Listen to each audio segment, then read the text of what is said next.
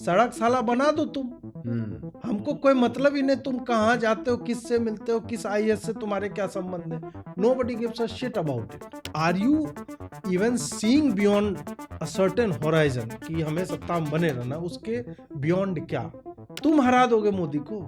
मोदी साला उतना बड़ा तंत्र नहीं हरा पा रहा है, तुम्हारे कहने से और मौलाना मुल्ला मोदी कहने से मोदी हार जाएगा। एके टीके से वो वाली वीडियो हमने बनवाई, इस तरीके की चीजें मेरे सामने आई। मैं तो साला माथा पकड़ लिया। ये जो चुनाव अभी हुआ उससे पता चला 5 स्टार में यूट्यूब के जर्नलिस्ट रह रहे थे, भाजपा वाले नहीं। अच्छा। उन लोग का काटा है उन्होंने। तो भाई जो जिनके पास करोड़ वरोड़ रुपये, लाख वाख में तो कम से कम साला हम लोग को दो।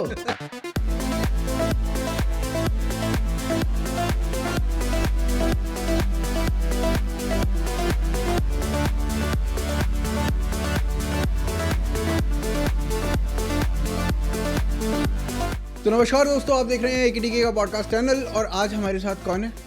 आज हमारे साथ हैं अजीत भारती जी। इनका देखो परिचय तो मैं दूंगा नहीं, बहुत इनफॉर्मल सी मित्र जैसी कॉन्वर्सेशन होगी, और मित्र जैसी क्या, मित्र हैं तो मित्र जैसी ही होगी। तो भाई अजीत भाई, बहुत बहुत स्वागत है आपका। और मैं सबसे पहले आपसे जो पूछना चाहूँगा, ये जो छत्तीसगढ़ में करवा दिया आपने, ये कैसे हो गया? मतलब इसका तो एक्सपेक्टेशन ही नहीं था किसी को भी। सबको ये लग रहा था थोड़ी बहुत सीट बढ़ जाएंगी, पर भाजपा जीती कैसे छत्तीसगढ़ में? सीट बढ़ने की तो छोड़िए, मुझे तो मैंने जो लिखा है या उस वक्त जो मेरे आकलन थे सब में, और इनफैक्ट जो छत्तीसगढ़ के भाजपा से संबद्ध लोग थे, अब हो सकता है कि उनकी पहुंच वहां तक नहीं होगी, और तो उन सब की रीडिंग यही थी कि यार ठीक है, हम लोग 30-35 टाइप की सीट ले आएंगे। हाँ। इस तरह की थी। और हमने यह भी देखा, मैं थोड़ा छत्तीसगढ़ को क्लोजली देख भी रहा था, तो उसमें अमित शाह की उतनी अधिक रैलियां या नेशनल मीडिया में डिस्कशंस नहीं थे। लेकिन फिर बाद में जब जिस दिन काउंटिंग चल रही थी, उस दिन लोकल मीडिया जब रिपोर्ट करने लगा ना, तब समझ में आया कि नहीं, कई बार क्या होता है, छोटे स्टेट्स की हमें जानकारी नहीं होती है।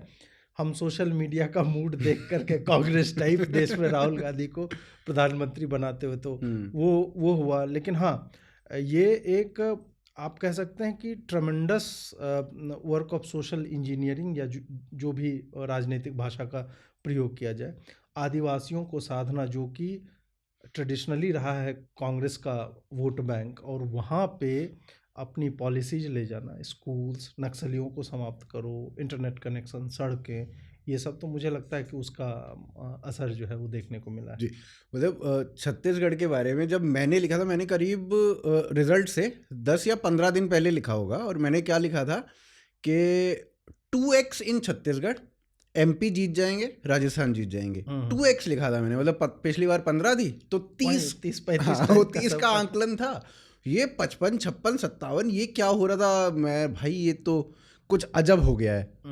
तो वो कुछ अजीब था। जो इसका एक और कारण था, भाजपा ने एक आरोप पत्र लाया था जब कैंपेन चला था। अमित शाह जी ने ही शायद उसका अनावरण भी किया था।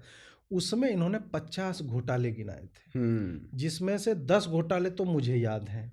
गोबर घोटाला है, गोठान घोटाला है, चरवाहा मतलब गाय से ज़्यादा चरवाहे इन्होंने बना रखे थे। उसके बाद पीडीएस डिस्ट्रीब्यूशन में घोटाला है, राइस घोटाला है, मेरिट लिस्ट जो है इनके चाचे भतीजे चला रहे थे पीसीएस में, उसका है।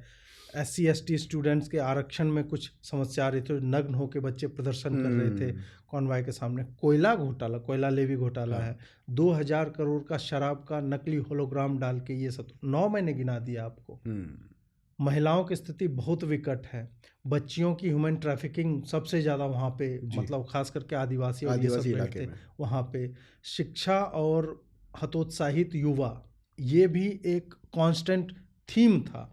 और फिर ये भी बात हो जाती है कि आज के समय में कांग्रेस अपने सेंट्रल इलेक्शंस को फंड करने के चक्कर में स्टेट में जहाँ भी इनको सत्ता मिलती है, दोहन करती है वहाँ के रिसोर्सेज का। और उस कारण से ये भी दुर्भाग्य था कि पिछले बार कैसे ये लोग रिटर्न हो गए सत्ता में। तो एक बार हो सकता है कि लोगों को लगा होगा कुछ वेलफेयर स्कीम और राम का सर्किट और अयोध्या और कौशाम्बी सर्किट और तमाम तरह चला, कौशल्या माता जी का ये सब था कि ननिहाल है, ये सब करना चाह रहे। बट लोगों को फिर वही कि जब फंड्स ड्राई अप हो जाएंगे और उसके बाद तुम क्या दोगे उन्हें, और इतने घोटाले चल रहे, तो भाजपा ने इंटरनली मुझे लगता है कि वोटर्स को कन्विंस करने का काम किया कि ये लुटेरे हैं, और वो है भी एक्चुअल में। जी। इसमें फिर दूसरी बात, बीजेपी के साथ तो आजकल ये हो गया, जहाँ जहाँ पे वो मोदी के नाम पे चुनाव लड़ते हैं, वहाँ पे पहले तो ये क्वेश्चन रहता है कि जीतेगा कौन, उसके बाद क्वेश्चन आ जाता है सीएम कौन बनेगा। तो भाई ये सीएम कौन बनेगा, यहाँ पे अब सबसे बड़ी दुविधा ये आ रही है, आपके विचार में कौन बनेगा या कौन नहीं बनेगा?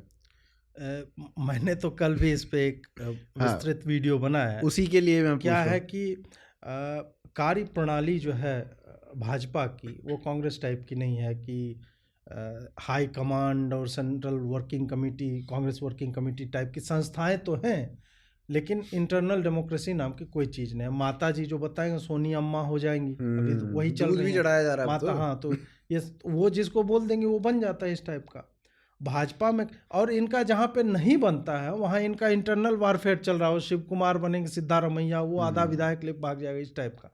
भाजपा में क्या है कि इनका अभी आप देखेंगे कि 2024 जब कोई बड़ा चुनाव आने वाला रहता है तो हम कौन सा नैरेटिव प्रोजेक्ट करना चाह रहे हैं। नैरेटिव आपका है कि आपने द्रौपदी मुर्मू जी हैं, उनको राष्ट्रपति का पद दिया, उसके बाद फिर आप बहुत सारे जगह पे देखेंगे ओबीसी या निचली जाति के चीफ मिनिस्टर्स हैं या डिप्टी चीफ मिनिस्टर्स जो है उनको साधने के लिए ये है। महिला आरक्षण विधेयक लेके आए हैं, तो अब एक महिला मुख्यमंत्री भी ये बनाएंगे, हो सकता है वो आदिवासी समाज से हो, इस तरह का है। तो ये नहीं बनने का ऐसा नहीं है कि मुझे जो है शिवराज सिंह चौहान से कोई समस्या है, क्योंकि जब मध्य प्रदेश चुनाव चल रहे थे तो उनकी बहुत सारी योजनाओं को लेकर, रैलियों को लेकर मैंने ढेर सारे वीडियो बनाए हैं कि कैसे ये पॉजिटिव इम्पैक्ट क्रिएट कर सकता है, और इस चुनाव में उन्होंने बहुत कुछ किया है। मोदी जी का चेहरा तो रहता ही है, वो एक अलग होप लोगों में इंस्टिल करता है, और ख़ास करके तब जब आप मुख्यमंत्री का चेहरा डिसाइड नहीं करते हैं, तब लोगों को लगता है कि अगर एंटी इनकम्बेंसी लोगों में नेता को लेकर के है, पार्टी को लेकर के नहीं है। ये भी होता है जो बहुत सारे लोग समझते नहीं है। तो उस कारण से कि नया नेतृत्व तीनों जगह पे दिया जाए, और दलित, ओबीसी, आदिवासी और एक महिला, इस टाइप का कॉम्बिनेशन हो, तो उसमें ना वसुंधरा जी फिट आती हैं, ना शिवराज सिंह चौहान फिट आते हैं, ना रमन सिंह आते हैं, ना सिंधिया जी आते हैं। ये चारों का तो बहुत ही कम है, और हम लोग जब तक ये वीडियो आएगा हो सकता है तब तक नाम तय हो जाएगा।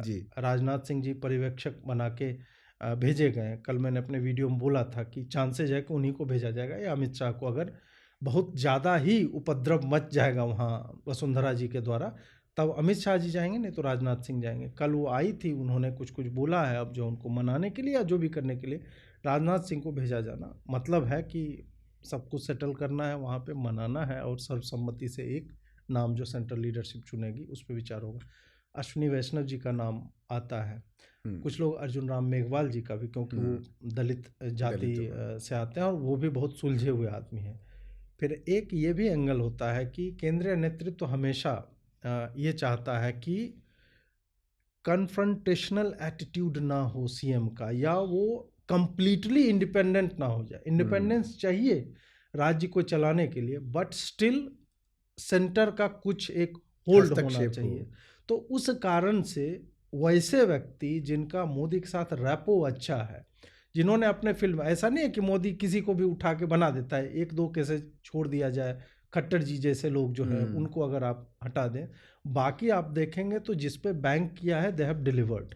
हिमांता को देख लीजिए, ये सब है। हाँ, आप इसमें प्राइम एग्जाम्पल कि सेंटर लीडरशिप का होल्ड हो, इसका प्राइम एग्जाम्पल अगर मध्य प्रदेश से लेना चाहिए तो उमा भारती का देख लो। उमा भारती अपने आप में इतना बड़ा नाम हो चुका था उस टाइम पे, अगर उस समय की राजनीति को देखें तो उमा भारती जो थी वो अपने आप को सेंटर से ऊपर समझने लगी थी, और इसी वजह से उनका पतन शुरू हुआ। वही समस्या वसुंधरा जी में है कि आप यार मोदी और अमित शाह को ब्लैकमेल तो नहीं कर सकते हो। उसके बारे में कल ही पुतिन का एक वीडियो आया ना, जिसमें वो बोल रहे हैं कि मोदी को कोई भी फॉरेन पावर आर्म ट्विस्ट नहीं कर सकता है। वो हमेशा अपने राष्ट्र के बारे में सोचता है। तो वो तो इंटरनेशनल परिदृश्य में हो गया, और नेशनल में जिसके चेहरे पे तुम चुनाव जीत रहे हो उसे तुम्हें लगता है रिसोर्ट में कुछ विधायक बंद करके ये सब कर पाओगे, तो ये मुझे लगता है कि पॉलिटिकल सुसाइड है अपने करियर को लेकर। एक बार आप साइड लाइन हो गए, उसके बाद फिर आप भुला दिए जाओगे, आपको कोई याद नहीं। उमा भारती को कौन याद कर रहा है आज के समय में? सही। सबसे बड़ी बात यहाँ पे कि उमा भारती को कोई याद नहीं करता। यहाँ तो राजस्थान में वसुंधरा राजे है जिसके नाम पे नारे लग चुके हैं कि मोदी से बैर नहीं, वसुंधरा तेरी खैर नहीं। तो राजस्थान में तो ऑलरेडी एक उल्टी डायरेक्शन में आपके नाम पे चीजें होने लगी हैं, तो आप आर्म ट्विस्ट कैसे कर लोगे? वही जब हम वीडियो डालते हुए कमेंट सेक्शन में आप जाइए कि भैया मैं राजस्थान से हूँ, यहाँ वसुंधरा कोई पसंद नहीं करता। हाँ, इस तरह का सेंटिमेंट। और वो नारा भी कोई आईटी सेल तो लेके आया नहीं था, या मोदी ने तो नहीं बोला कि ये नारा लगवा। वो नारा जनता ने वो नारा दिया था। इसका मतलब था कि भाई तुमको प्रणाम कर रहे हैं, तुम जाओ, बहुत हो गया तुम्हारे बारे में। देखो, राजस्थान में मैं गया, मैं जैसलमेर में था, ठीक है। वहाँ पे मैं बहुत लोगों से मिला, आम पब्लिक से, और आम पब्लिक ने मेरे को वसुंधरा के बारे में जो बोला, वो ये बोला, मतलब इमेज उस तरीके से थी कि शराब पीती हैं या इस तरीके की बातें कर रही थी आम जनता। अब कितना सत्य है कितना नहीं है वो एक अलग विषय हो सकता है, पर जनता में जो छवि है वो तो यही है कि शराब पीती हैं, ये करती है, वो करती है, और वो छवि वहाँ के लोगों को कोई बहुत अधिक पसंद है नहीं। तो यहाँ पे एक विषय ये आता है कि आपकी छवि कैसी है। वही एक आपका नेतृत्व कैसा है वो देख लिया राजस्थान वालों ने। उसके बाद फिर जब सामान्य जनता नेतृत्व से भी पक जाती है ना, तब वो पर्सनल स्पेस इन्वेड करती है। मोदी को अगर टारगेट करना हो किसी को, तो पहले देखेगा मिस गवर्नेंस है क्या। उससे जब उबेगा तब उसके पर्सनल लाइफ में जिसको कांग्रेस वाले प्रोजेक्ट करना चाहते हैं कि ये तो चौकीदार चोर है, इसने डकैती डाल दी, ये मिस गवर्न, मतलब जो वो बिलीव करवाना चाहते हैं कि अडानी के साथ इसकी मित्रता है और जेब में पैसे डाल रहा है। आदमी क्यों बिलीव नहीं करता है? क्योंकि गवर्नेंस उसने अच्छा दिया है। तो लोग जो है बियॉन्ड दैट गवर्नमेंट एस्पेक्ट कि हमको भाई उससे मतलब है। सही बात। उसका घर कहाँ पे है, वो किससे मिल रहा है, अडानी क्या है, मतलब और वो भी झूठ तुम प्रपंच बेच रहे हैं, और कौन कह रहा है? जनता यह भी तो देखती है। तो वसुंधरा के साथ वही हुआ कि आपने अपना जो मुख्य कार्य था, प्राथमिकता आपकी स्टेट को चलाने की थी, वो आपने बिगाड़ दिया। उसके बाद फिर आदमी और इन्वेट करना चाहता है, साला और क्या और क्या। तो फिर आपके चरित्र पे प्रश्न उठाने लगेंगे लोग, आपके व्यक्तिगत, आप किससे मिलते हैं, कहाँ जाते हैं, शाम आप कैसे बिताते हैं, इस सब में आदमी रोस्टेड काजू खा रहा है, दारू पी रहा है, इससे हमको आपको क्या है? सही बात। उसे सड़क साला बना दो तुम, हमको कोई मतलब ही नहीं तुम कहाँ जाते हो, किससे मिलते हो, किस आईएएस से तुम्हारे क्या संबंध है। Nobody gives a shit about it. आदमी को गवर्नेंस चाहिए। बिल्कुल सही बात। अब यहाँ पे मैंने कई जयपुर के मेरे दोस्त हैं, तो उनसे बात की मैंने, तो उन्होंने कहा कि इसने काम किया था, गहलोत ने काम किया था वहाँ पे, फिर भी हार गए। तो राजस्थान का स्वरूप वही रहेगा कि एक टर्म में ये, एक टर्म में वो। मुझे यहाँ पे ये भी लगता है कहीं ना कहीं कि मोदी और अमित शाह को इस बार ऐसा फेस चाहिए था कि एक बार आए तो अगला चुनाव भी जिताए। वसुंधरा वो फेस है नहीं कि एक बार आके दोबारा जिताएगी, वो देख भी लिया है इन्होंने। एग्जैक्टली। तो कोई ऐसा नेतृत्व ये लेके आना चाहते हैं जो दोबारा जिताए, चाहे वो अश्विनी वैष्णव हो या बाबा बालकनाथ हो, जो दो मुख्य नाम सबसे आगे आ रहे हैं। इन दोनों में से आपको कौन लगता है कि कौन? वैष्णव जी का है। देखिए, बाबा बालकनाथ मतलब ठीक है, वो सांसद हैं, फायर ब्रांड लीडर हैं, बट वो जो मैंने बोला ना कि Modi would never want a confrontational chief minister जो लूज कैनन बन सके एक टाइम में, क्योंकि ये प्रखर हिंदुत्व वाली बात जो है ना, वो कभी कभी डाइसी हो जाता है, डबल एज सोर्ड है, वो इधर भी काट सकती, आगे भी पीछे भी। तो उस कारण से, और अनुभवहीनता भी एक तरह से कह सकते हैं गवर्नेंस का, तो वो भी होता है। हर नाथ लगा हुआ व्यक्ति योगी आदित्यनाथ नहीं बन जाएगा। सही बात। Let's be clear on that. उनको भी कोई एक्सपीरियंस नहीं था एक म्यूनिसिपैलिटी भी चलाने का, लेकिन विजन था उनके पास। तो उस कारण से उनको सत्ता दी गई, और उसके बाद ही कंटिन्यूड, क्योंकि जब वो सत्ता में आए, मोदी के चेहरे पे आए थे। 325 सीटें, उसके बाद उनका अपना गवर्नेंस था जिससे उनका जलवा कायम हो गया हर तरफ पे। तो क्या बालकनाथ वैसा कर सकते हैं? तो मुझे थोड़ा डाउट है। और फिर योगी और मोदी के भी बारे में बहुत सारे लोग बीच बीच में चर्चा करते हैं कि अनबन है, या कभी कभी, अब मैं नहीं जानता, मैं सत्ता के उतने गलियारों में जो है चहलकदमी नहीं करता, तो मुझे पता नहीं है, बट ठीक है, तो थोड़ा बहुत लगता है, ऐसे इंडिकेशंस आते हैं, but you can never confirm और डिनाई। अश्विनी वैष्णव जो है उन सब सारे खांचों को टिक करते हैं, या फिर अर्जुन राम मेघवाल जो हैं उस टाइप के। कुछ लोग जल मंत्री जो हैं शेखावत जी, उनका भी नाम लेते हैं। तो ये सारे नाम भी हैं। और जो आप वो बोल रहे थे ना कि रिटेन करने की बात, कि हम अगला चुनाव भी देख रहे हैं, मीडिया में जो चल रहा था नौटंकी हिंदी में, रिवाज की हुई जीत, एक बार ये एक बार, यार ये लोग कुछ भी करते हैं। नोएडा गए कि नहीं योगी आदित्यनाथ, हार गए। सही बात। रिवाज मतलब ये तो तुक्का लगाना हुआ ना कि रिवाज, तुम आकलन तो करो कि किस कारण से, रिवाज के कारण हट गए कि नहीं राजस्थान वाले सो के उठे चुनाव के दिन, नहीं पिछले बार कांग्रेस को दिए थे, इस बार भाजपा को देना, ऐसे थोड़े होता है यार। तो नहीं, वही काम तो अगर आपको काम आपने किया है तो आपको वोट मिल जाएगा। एग्जैक्टली। तो वही है कि भाजपा अब देख रही है कि हम किसी ऐसे को ना बनाए कि फिर से रिवाज जो है वो फॉलो होने लगे। उनको है कि नहीं, हम बनाएंगे, काम होगा, हम उसको बीमारू से निकालेंगे, और उसके बाद जो है हम देखेंगे। उसके लिए एक विजनरी आदमी चाहिए जो इंफ्रास्ट्रक्चर क्रिएट कर सकता हो, निवेश ला सकता हो। पोटेंशियल यार हर जगह पे होता है पोटेंशियल। ऐसा नहीं है कि लोग राजस्थान को रेगिस्तान मान लेते हैं, ऐसा नहीं है। मेरी एक मित्र हैं, वो मुझे इसी बात पे हम लोग चिढ़ा देते हैं उनको कि रेत वेत पानी आता है आपके यहाँ इस टाइप से। बोले कि अरे उदयपुर झीलों का शहर है, तो ऐसे थोड़े होता है।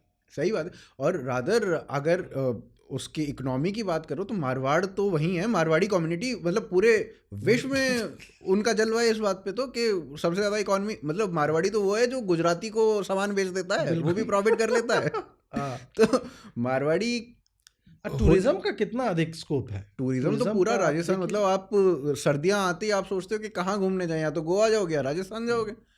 दिल्ली या एनसीआर में तो आपके पास और कुछ है ही नहीं, चलो 2 दिन की छुट्टी हुई तो राजस्थान चले जाओ, यही होता है। बाकी इसमें एक आपने बीमारू का नाम लिया अभी, तो बीमारू में जैसे हमने देखा कि योगी आदित्यनाथ के आने के बाद यूपी जो है बीमारू से यू को निकालने के पूरे मतलब ऑलमोस्ट वर्ज पे ही हैं, ठीक है। और निकाल भी लिया हो तो कह नहीं सकते, मतलब वो डाइसी हो सकता है कुछ।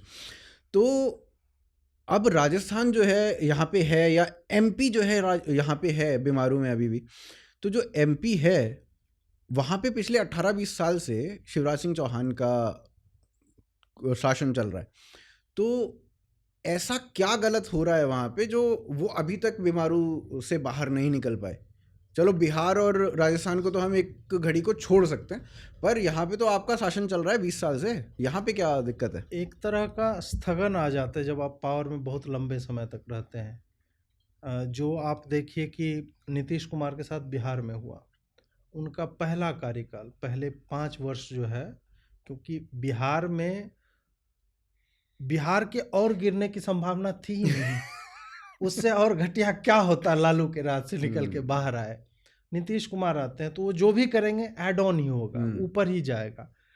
5 साल के बाद नीतीश को लग गया कि हम सत्ता से बाहर नहीं जा सकते।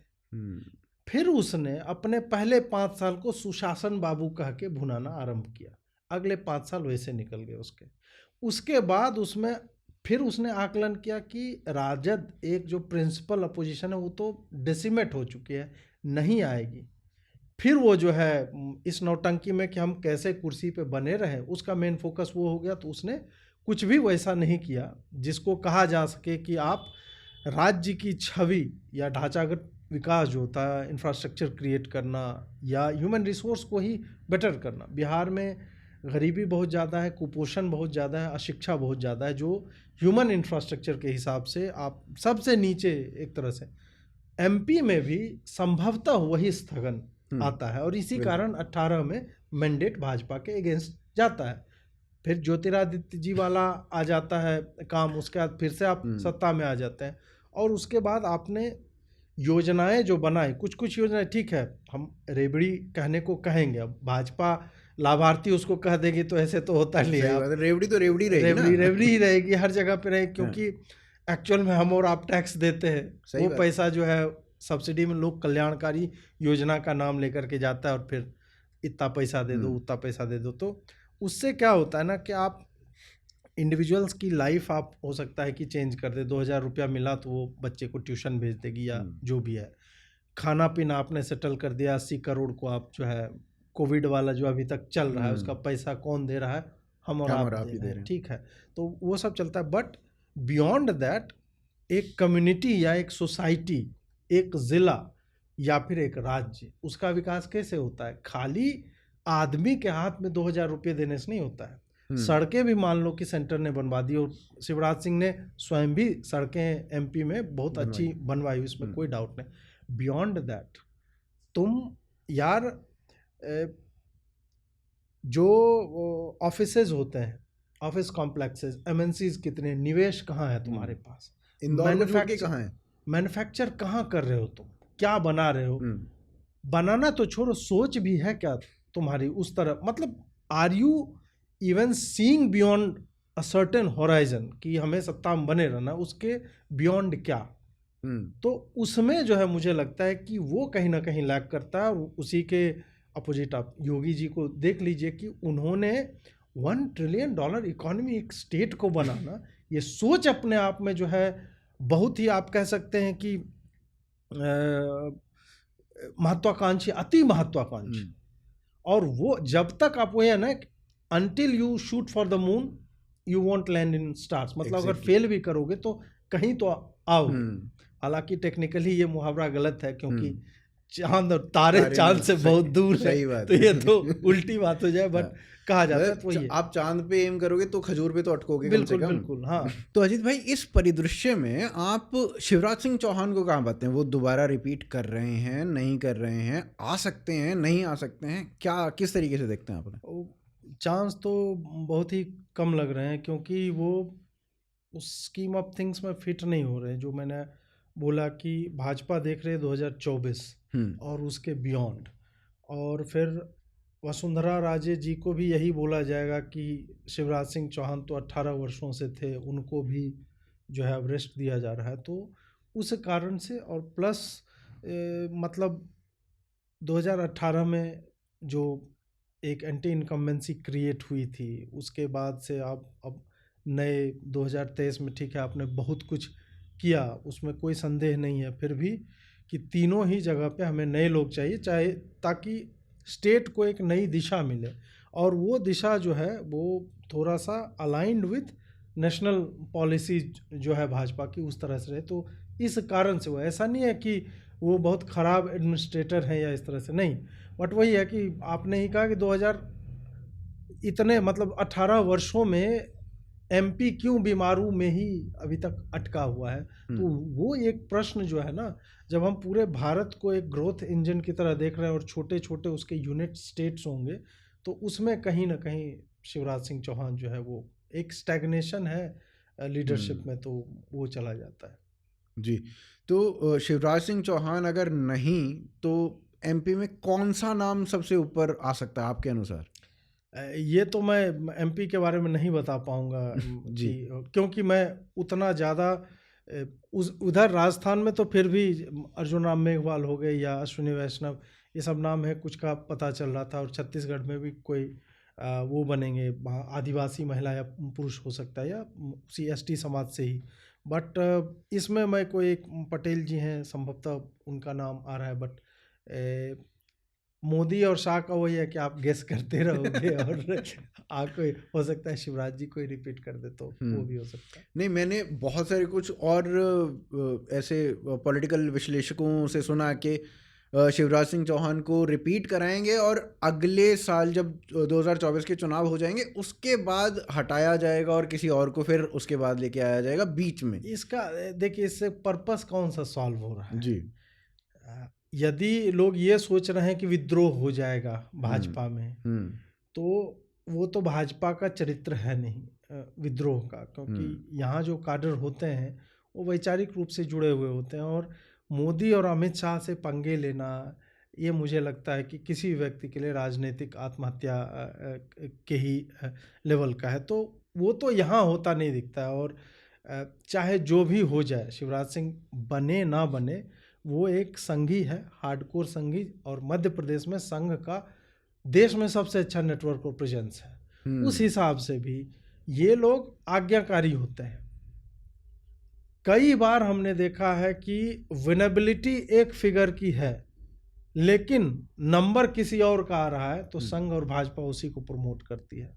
तो इस कारण से भी ऐसा कोई नहीं है कि इनको अभी ये लॉलीपॉप दे दिया जाए कि अरे आप ही मतलब हम और आप ये डिस्कस कर रहे हैं कि 2024 तक बना के उसके बाद हटा देंगे। ये शिवराज सिंह जो इतने वर्षों से मुख्यमंत्री है, उनको पता नहीं होगा? उनको भी पता होगा। तो बाद में करना, तो फिर यार आगे भी चुनाव होते हैं, उस साल भी 5 चुनाव और होंगे, तो क्या संदेश आप दे रहे हैं?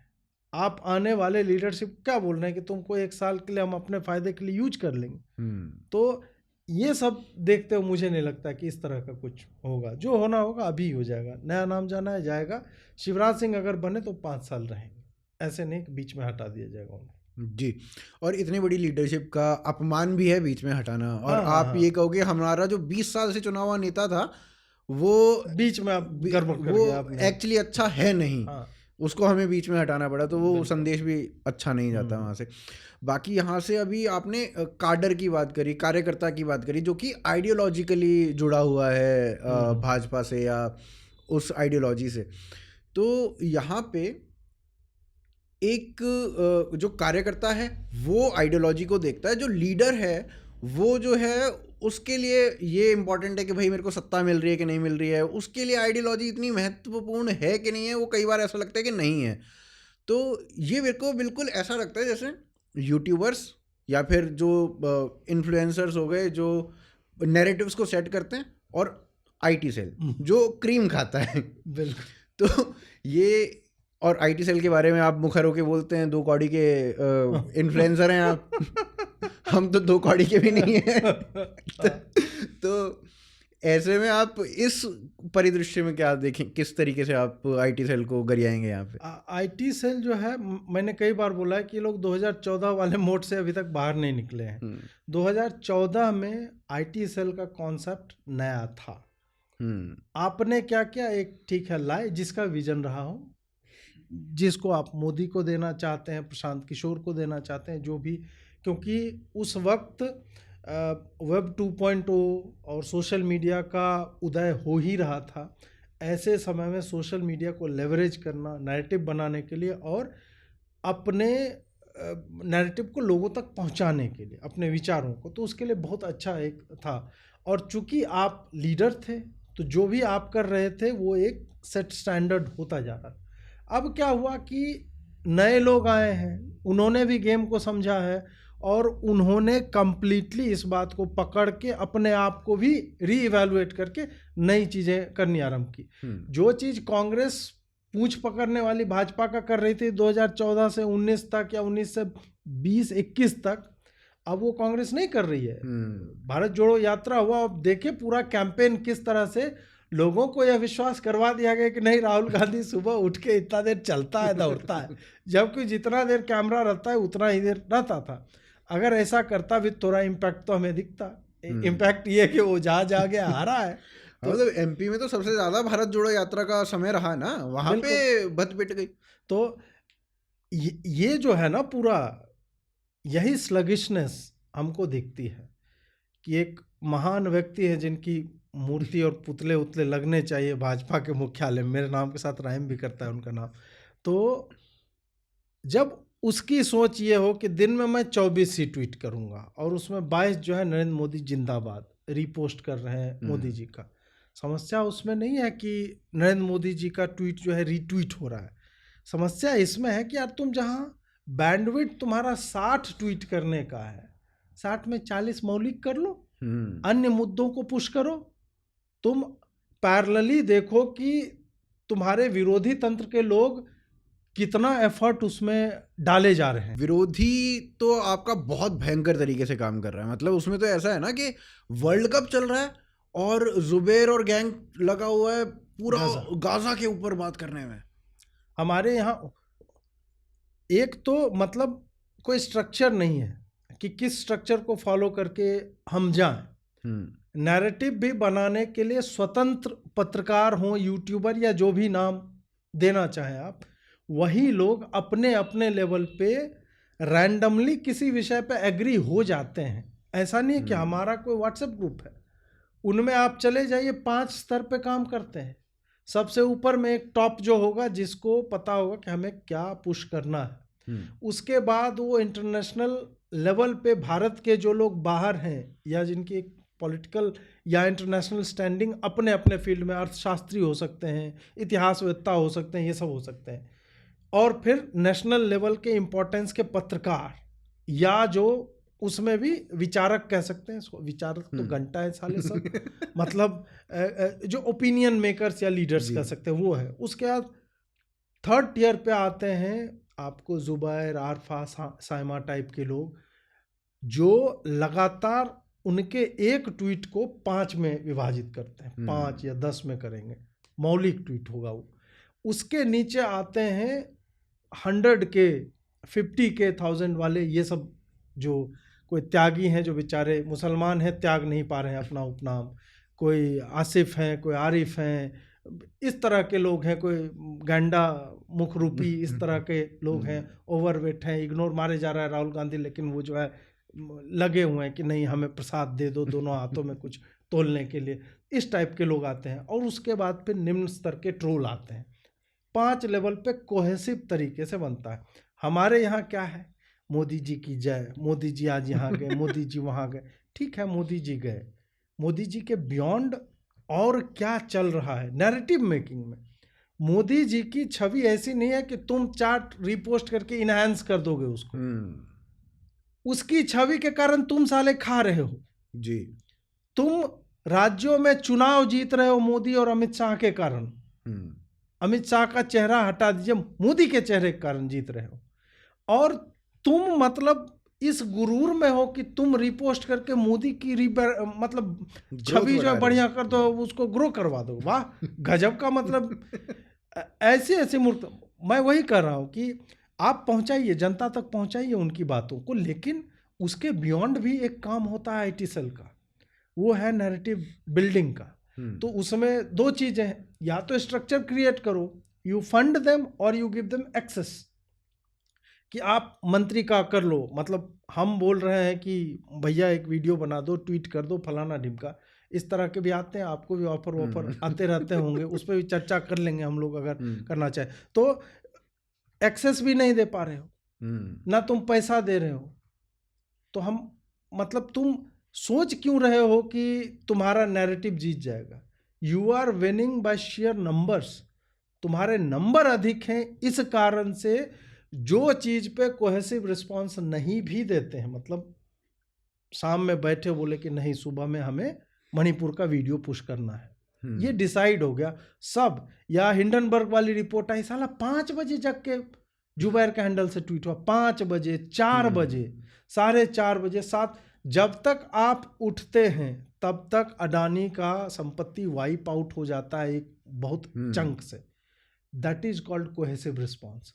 हम क्या है कि नहीं अडानी वेल्थ क्रिएटर, हम उसको साधने में लगते हैं अपने लेवल पे। ऐसा तो है नहीं कि अडानी जी, अजीत जी क्या कमी है, अच्छा अरे ले लो 10-1 लाख रुपया यार, एक कोई लेख खदान आपके नाम करते, ऐसा तो होता नहीं है। तो हम और आप मतलब ठीक है, मान लो कि 10 लोग हैं, उसमें 2 लोग को पैसा भी दे दिया उसकी टीम ने, हम जस्ट इमेजिन कर रहे हैं, बाकी 8 क्यों कर रहा है? इसलिए कर रहा है कि हमें वो जो राष्ट्रवाद की विचारधारा है, या हम जो वेल्थ क्रिएटर्स को देखते हैं कि नहीं जॉब प्रोवाइडर्स हैं, लाखों लोगों का घर चलता है इनसे, और विदेश में भी ये चीन को बैलेंस आउट करने के लिए या पोर्ट खरीद रहा है जहां विदेशी लोग होते हैं वहां पे, उस कारण से हम काम करते हैं। या फिर हमें लगता है कि नहीं अभी के समय में भाजपा और नरेंद्र मोदी ही हमारे लिए, जितना अब आ रहे हैं ना कि नहीं मौलाना मोदी, मुल्ला मोदी, आलोचना मैं भी करता हूं बिल्कुल, और नीतिगत मामलों पे मैं करता रहूंगा, लेकिन ये सोच लेना कि नहीं एकदम से नहीं मोदी को हरा देना है, उसने जो है ये कर दिया, भाई ये अलग लेवल की मूर्खता है। तुम हरा दोगे मोदी को। मोदी साला उतना बड़ा तंत्र नहीं हरा पा रहा है, तुम्हारे कहने से, मौलाना मुल्ला मोदी कहने से मोदी हार जाएगा। तो ये लगता है आत्ममुग्धता है एक तरह की, जो इस तरह का काम कर रहे हैं लोग। और फिर वही जो मैं बात कर रहा था IT सेल के बारे में, कि इधर यू फंड देम और गिव देम एक्सेस, दोनों में कुछ नहीं करोगे, फिर कहोगे गर्वित तुमने वो वीडियो नहीं बनाया यार। आपके पास ऐसे फोन आते हैं? मेरे पास एक बार फोन आया, ये आई थिंक इसका किसान आंदोलन चल रहा था, तब फोन आया कि यार गर्वित वो ना किसान आंदोलन चल रहा है, उसके ऊपर एक वीडियो बना दो। और भगवान कसम उस दिन मैं ऑलरेडी आधे से ज़्यादा वो वीडियो लिख चुका था, फिर मैंने वो वीडियो पोस्ट नहीं की। मैं लिख चुका था तो मैंने कहा कि छोड़ो भाई नहीं बनाते, पर फिर वो मुद्दा इतना बड़ा बन गया कि वो करना ही था। कई बार तो ये भी देखा गया ना कि हम और आप इतना एफर्ट लगा के बनाते हैं, इनको क्या लगता है कि अरे कैमरा के सामने आता है, बैठ के बोल देता है। दे डोंट नो कि 5 बजे साला कमोड पे बैठा हुआ आदमी फ़ोन लेके बैठता है, ट्विटर फीड देखता है, पॉइंट लिखता है, आता है, नहाता खाता फिर लग जाता है उसमें। और एक पूरा मतलब या तो लेट नाइट सो रहे हैं, अर्ली मॉर्निंग जग रहे, जो भी जिसका जैसा है, उसके बाद फिर उसको पॉइंटर्स बनाना या स्क्रिप्ट जो बनाते हैं, स्क्रिप्ट लिखते हैं, लोगों को जॉब देते हैं। 4 लोग इन्वॉल्व हैं इसमें, एक एक चीज़ करना, और उसके बाद एक फिनिश्ड प्रोडक्ट जो है वो आता है। इनको लगता है कि नहीं फ़ोन करके, और जब वो आ जाएगा तो वो लिखा अरे मैंने ही बोला था। जो चीज़ नेचुरली हम कर रहे हैं उसके लिए कोई पैसे उठा रहा है हमारे नाम पे। हाँ, ये तो मैंने मतलब 2019 में भी मैंने ये बोला कि भाई हमारे नाम को कहीं पे जाके इस तरीके से बोला जाता है, ये तो काम हम करवा रहे हैं। भाई तुम हो कौन, हम तुम्हें जानते तक नहीं है, पर हमारे नाम पे बोला जाता है कि भाई ये काम तो हमने करवाया है, एके टीके से वो वाली वीडियो हमने बनवाई। इस तरीके की चीज़ें मेरे सामने आई और मैं जानता तक नहीं उन लोगों को। बिल्कुल बिल्कुल, मैं वही है कि मुझे भी ये सब का जब आता है तो मैं वो दूर से नमस्कार कर लेता हूँ लोगों की, नहीं भाई ऐसे नहीं चलेगा, मतलब डिक्टेट मत करो।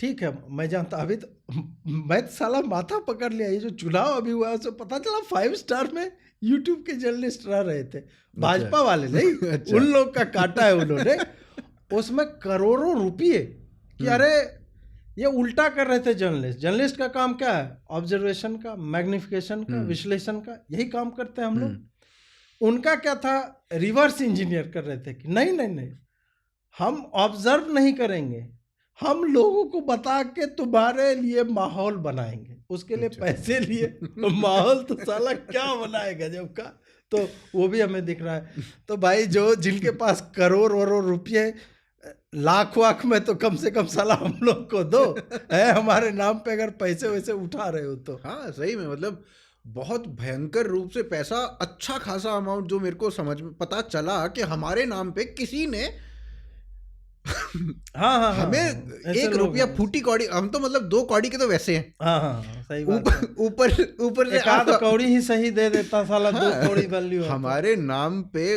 करोड़ों रुपया उठाया जा रहा है और हमें पता तक नहीं है ऐसा हो रहा है।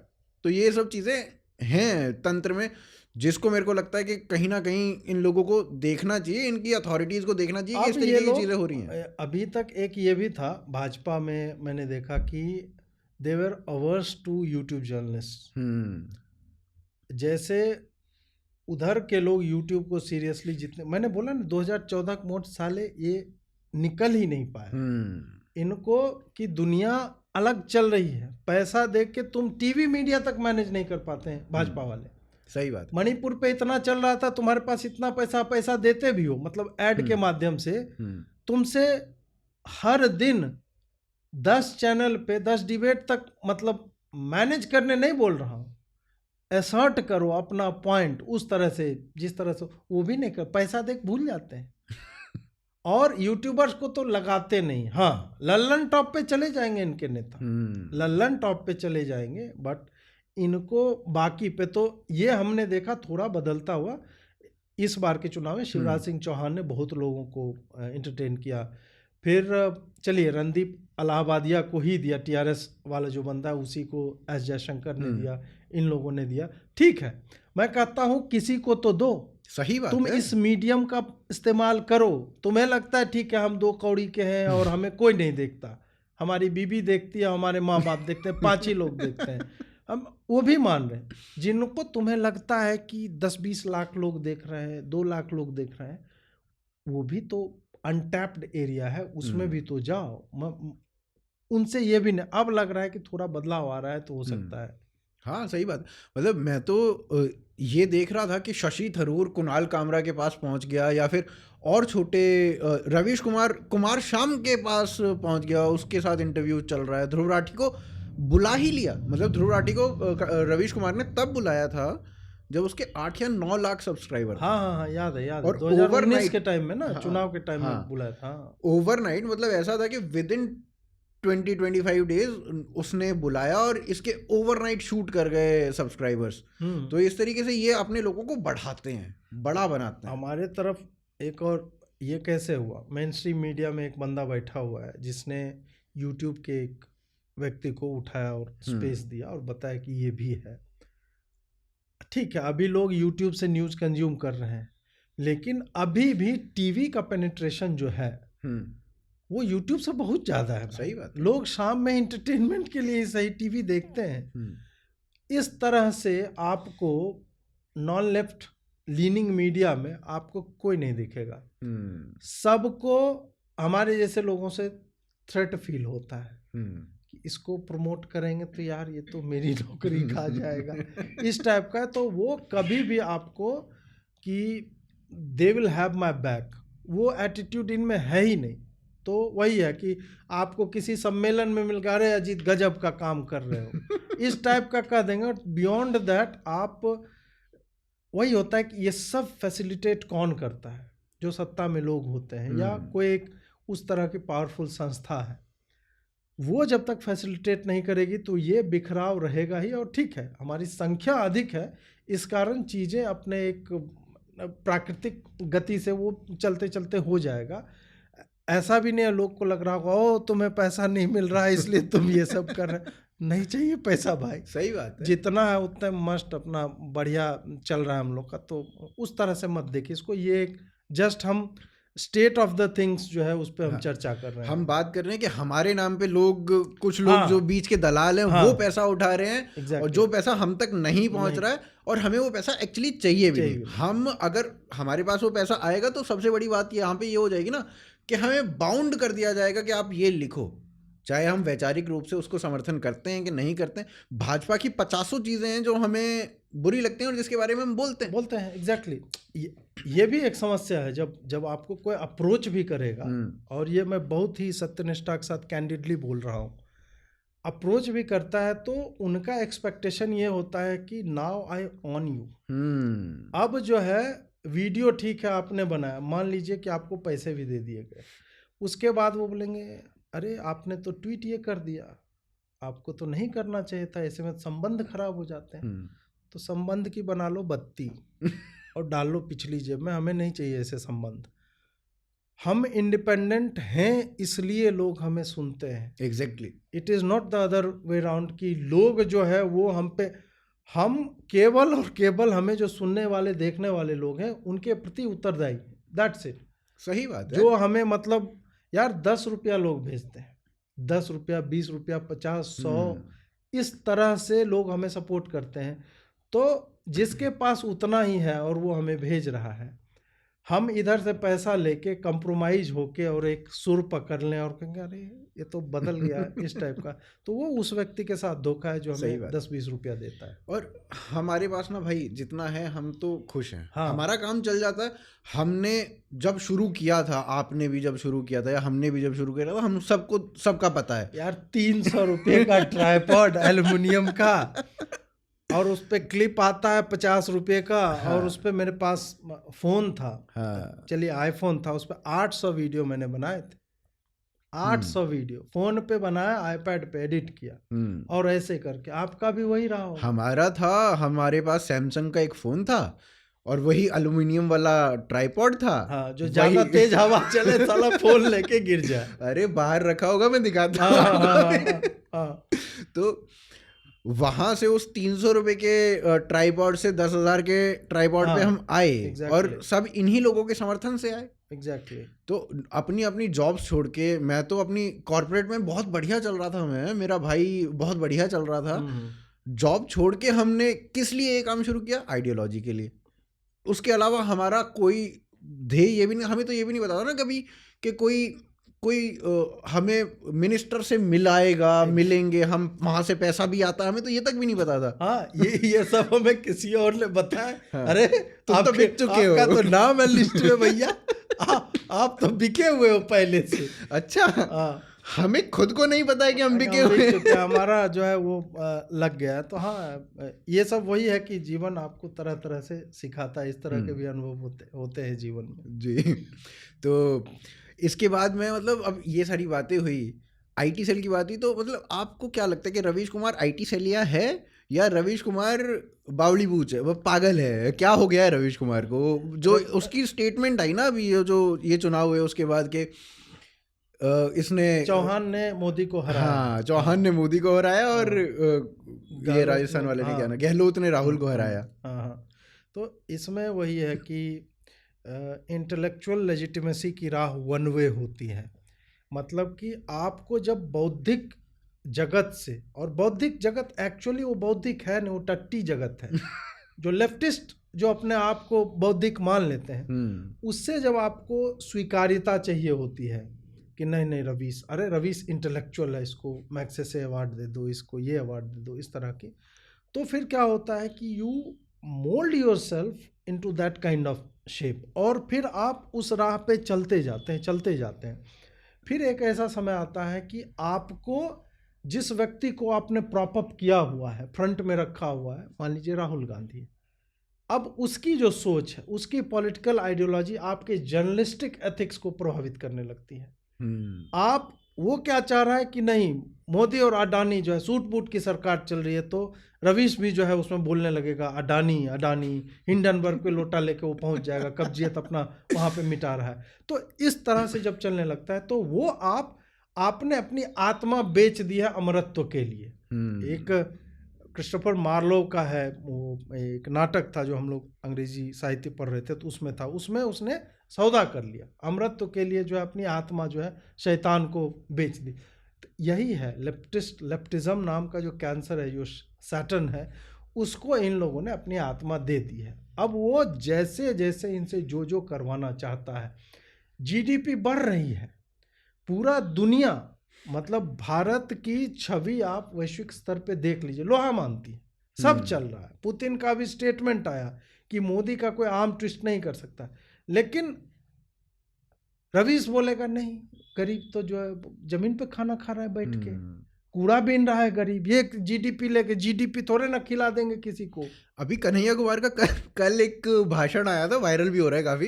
कन्हैया कुमार ने क्या कहा, आप कहते हैं कि जीडीपी बहुत बढ़ रहा है, आप कहते हैं कि इकोनॉमी बहुत बढ़ रहा है, तो अगर इकोनॉमी बढ़ रहा है तो जो स्कूटर चलाता था उसके पास अब मारुति होनी चाहिए थी, जो मारुति चलाता था उसके पास अब फॉर्च्यूनर होनी चाहिए, और जो फॉर्च्यूनर चलाता था उसके पास अब मर्सिडीज होनी चाहिए। तो ये कौन से लेवल की इसकी, ये Raghuram Rajan school of economics से आते हैं ये लोग, जिनका इकोनॉमी से और कैसे काम करती हैं चीजें उससे कोई लेना देना नहीं। इसका एक प्राइम एग्जांपल हम ही लोग बात करें, 300 का ट्राइपॉड था ना, कोई सिस्टमैटिक बैकअप नहीं, मेहनत की हमने, एक मार्केट ओपन हुआ यूट्यूब का, 5G आती है, 4G उससे पहले जियो जो है एक क्रांति लेकर के आता है, जिसके लिए जितना गाली ये लोग देते रहे जियो को, और आज हम 310,000 के ट्राइपॉड में बदला, फोन का कैमरा 3.5 लाख के सोनी A7S में बदला, एक कैमरे से हम मल्टीपल एंगल पे ये 2 स्ट्रीम अभी रिकॉर्ड हो रहा है, मिक्सर, श्योर का माइक। तो ये क्या है? अब कहेगा कि नहीं आपके पास तो कार भी नहीं है जीत जी, आप तो अभी ओला करके आए हैं, तो आप तो गरीबी में हैं। तो या फिर आप सामान्य आदमी को एक्सेस पब्लिक इंफ्रास्ट्रक्चर का किस तरह से मिलता है, एक आदमी के, ये बहुत लोगों को नहीं पता है। आप बताइए, एक रैंडम गेस करो कि भारत में सेंट्रल गवर्नमेंट की कितनी स्कीम चल रही होगी आम आदमी के लिए? रैंडम गेस तो मतलब सैकड़ों में होंगी संख्या, तो ऐसे मतलब आप जानते कितना, गिना कितना सकते हो? ऐसे तो मतलब कितने गिना सकते, बहुत सारी हैं। जैसे आपकी इसकी होगी, मेडिकल वाली हो गई, या फिर आपके घर बना रहे हैं। मैं गिनाने बोलूंगा 20 याद होगा टॉप ऑफ माइंड, या आपने जिसके बारे में पढ़ा होगा, सुना होगा। हाँ, 20-25 होंगी योजना। 180 योजनाएं चलती हैं सरकार की। उस योजना में पैसा तो जाता है ना, चाहे ग्रामीण सड़क योजना हो, सर्व शिक्षा अभियान हो, स्कूल की बिल्डिंग बन रही हो, आंगनवाड़ी, आम आदमी का। एक मैं बताता हूँ कैसे प्रत्यक्ष रूप से आदमी को टच करती हैं वो चीजें। एक आदमी को, मैं एक गरीब जो मेरे गांव का होगा, सरकार उसका प्रधानमंत्री आवास योजना में घर बना देगी, ठीक, उसके बच्चे को मिड डे मील से खाना मिल रहा है, मनरेगा का पैसा मिल रहा है, आंगनबाड़ी से पोषण और तरह के आहार मिल रहे हैं। उसके बाद LED बल्ब भी सरकार दे रही है 10 रुपये में, जो 100 रुपये का है। विद्युतीकरण योजना का लाभ उसको मिल रहा है। उसके बाद सौभाग्य योजना, उज्ज्वला योजना, ये गैस सिलेंडर जो होता है वो मिल रहा है। आप फिर चले जाइए, कहीं कहीं सरकार गाय भी दे रही है पालने के लिए कि उसका दूध निकाल करके बेचो। सड़क बन ही रहा है, एम्स खुल ही रहा है, IIT चल ही रहे, चंद्रयान पे आदमी जा ही रहा है, आपकी इकोनॉमी लगातार बदलते जा ही रही है। आप 2 लेन से 4 लेन में पहुंच रहे हैं, 4 से 8 लेन में, ईस्टर्न वेस्टर्न पेरिफेरल है। GST जैसे क्रांतिकारी कदम आते हैं कि 17 तरह के टैक्स लगते थे। तो ये सब चीजें एक व्यक्ति को प्रभावित करती है और उसके जीवन में विकास हुआ है। अब विकास तुम्हें लगता है कि स्कूटर से आदमी कार चलाने लगे, और वो भी ऐसा नहीं है कि वो जो बोल रहा है ऐसा हुआ नहीं है, हुआ है। तुम्हें लगता है जनता सामने मूर्ख है। अगर तुम्हारी बात सही होती, ये बात आज ये यहाँ बोल रहा है ना, ये हर रैली में यही बात रिपीट करेगा, तो भैया तुम जीत क्यों नहीं रहे हो? क्योंकि एक्चुअल में मोटरसाइकिल की बिक्री आप देख लो, पिछले 10 साल का डेटा निकाल लोगे, ट्रेमेंडस राइज है मोटरसाइकिल। कार का, ऑटोमोबाइल में तो बहुत जबरदस्त राइज है ना, पूरा ही। और इंडिया मुझे अक्रॉस, चाहे वो मोटरसाइकिल हो चाहे वो कार हो। तो ऑटोमोबाइल इंडस्ट्री जब पीक करेगी तो क्या जो पंचर साथ था जुबैर है, उसके लिए टायर नहीं एक्स्ट्रा होगा पंचर, वो भी तो एक दुकान से 4 दुकान कर लेगा, या उसके 4 बीवियां हैं, 16 बच्चे हो गए, तो फिर पंचर साटेगा ना। जुबैर जूनियर्स जो होंगे उस तरह के लोग, तो पंचरों की भी दुकान अधिक बन रही है, तो एक ही घर में तो जा रहा है पैसा। उसी तरह स्पेयर पार्ट्स की दुकान होगी, उसी तरह सर्विस इंडस्ट्री इवॉल्व होगी। ये सारी चीजें हैं। LED बल्ब लग रहा है तो कोई मैन्युफैक्चर भी तो उसको कर रहा है, अगर सरकार सस्ते में दे रही है। गैस का कंजम्पशन बढ़ रहा है तो डिफॉरेस्टेशन जो है वो रुक रहा है ना, जलावन का प्रयोग।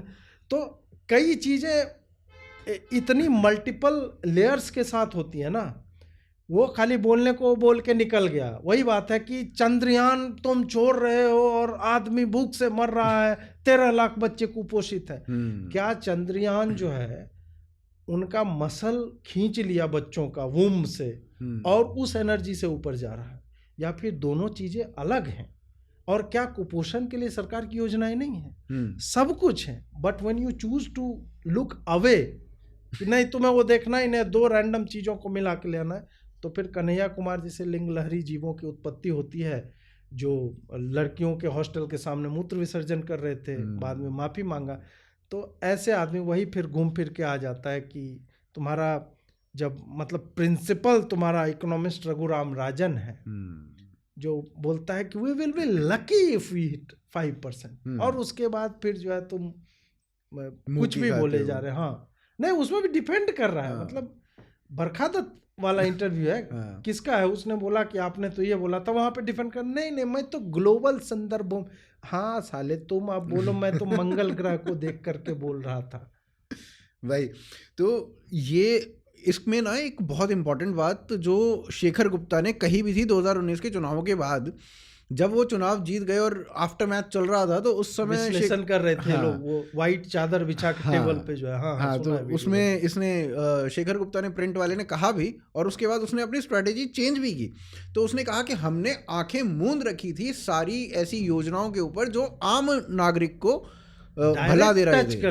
डायरेक्ट, जैसे उज्ज्वला हो गई या इस तरीके की जितनी भी योजनाएं थी, उन सब पे हमने आंखें मूंद ली थी और कहा कि ये तो कुछ हो ही नहीं रहा, इसका कोई बेनिफिट ही नहीं है, जबकि इसका बहुत बड़े रूप में बेनिफिट सरकार ने उठाया और वोटों में तब्दील हुआ वो।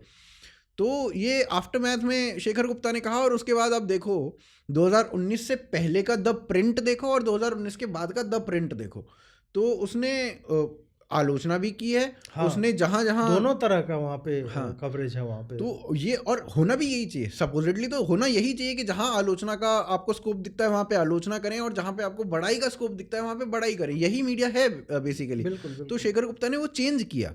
और बाकी एक धड़ा आप देखते हो कि पूरा ही नेगेटिव रहता है, रवीश जैसा एक धड़ा जो है वो पूरा ही पॉजिटिव रहता है। अब देखिए, पूरा पॉजिटिव होने का एक कारण है, हम लोग इतना असर्ट क्यों करते हैं एक तरह की विचारधारा, क्योंकि साले जिन पे हमको विश्वास था वो कॉम्प्रोमाइज्ड हो गए। जिन्हें हम मीडिया मानते थे वो तो मुखपत्र बन गए।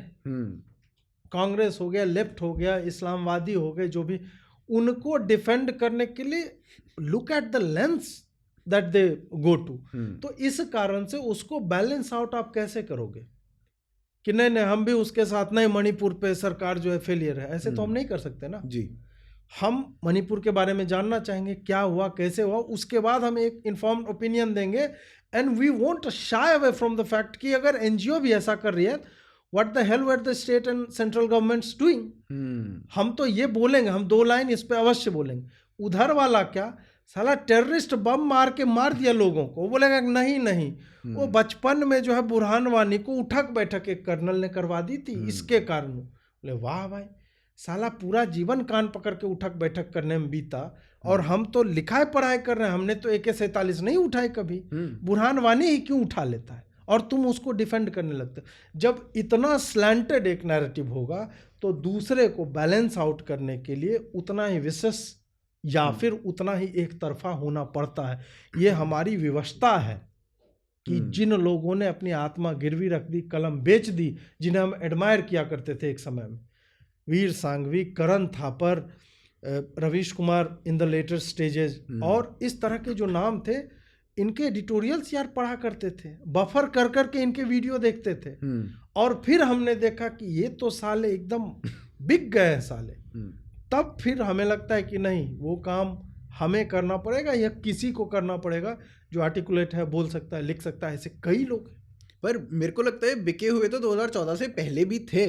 वो एक आधा बात आपने बोल दी इसके अगेंस्ट उसके अगेंस्ट, बट आपने बहुत ज़्यादा जगहों पे सरकार को या तो क्वेश्चन ही नहीं किया है या फिर डिफेंड ही किया है।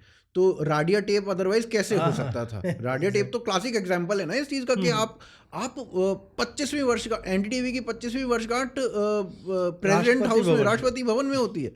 तो इससे बड़ी, मतलब एक जगह तो मैं ये और पढ़ रहा था कि ये कौन है, प्रणब रॉय, ये भाई साहब अपने आप, हाँ ये प्रणय रॉय, हाँ ये अपने आप को फिनेंस मिनिस्टर से कम नहीं समझते थे। ये कहते थे कि अगर फिनेंस मिनिस्टर के लेवल का कोई बंदा है जो मेरे से बात करने लायक है, उसके नीचे अगर कोई मेरे से बात करने आएगा तो मैं बात नहीं करूंगा उससे।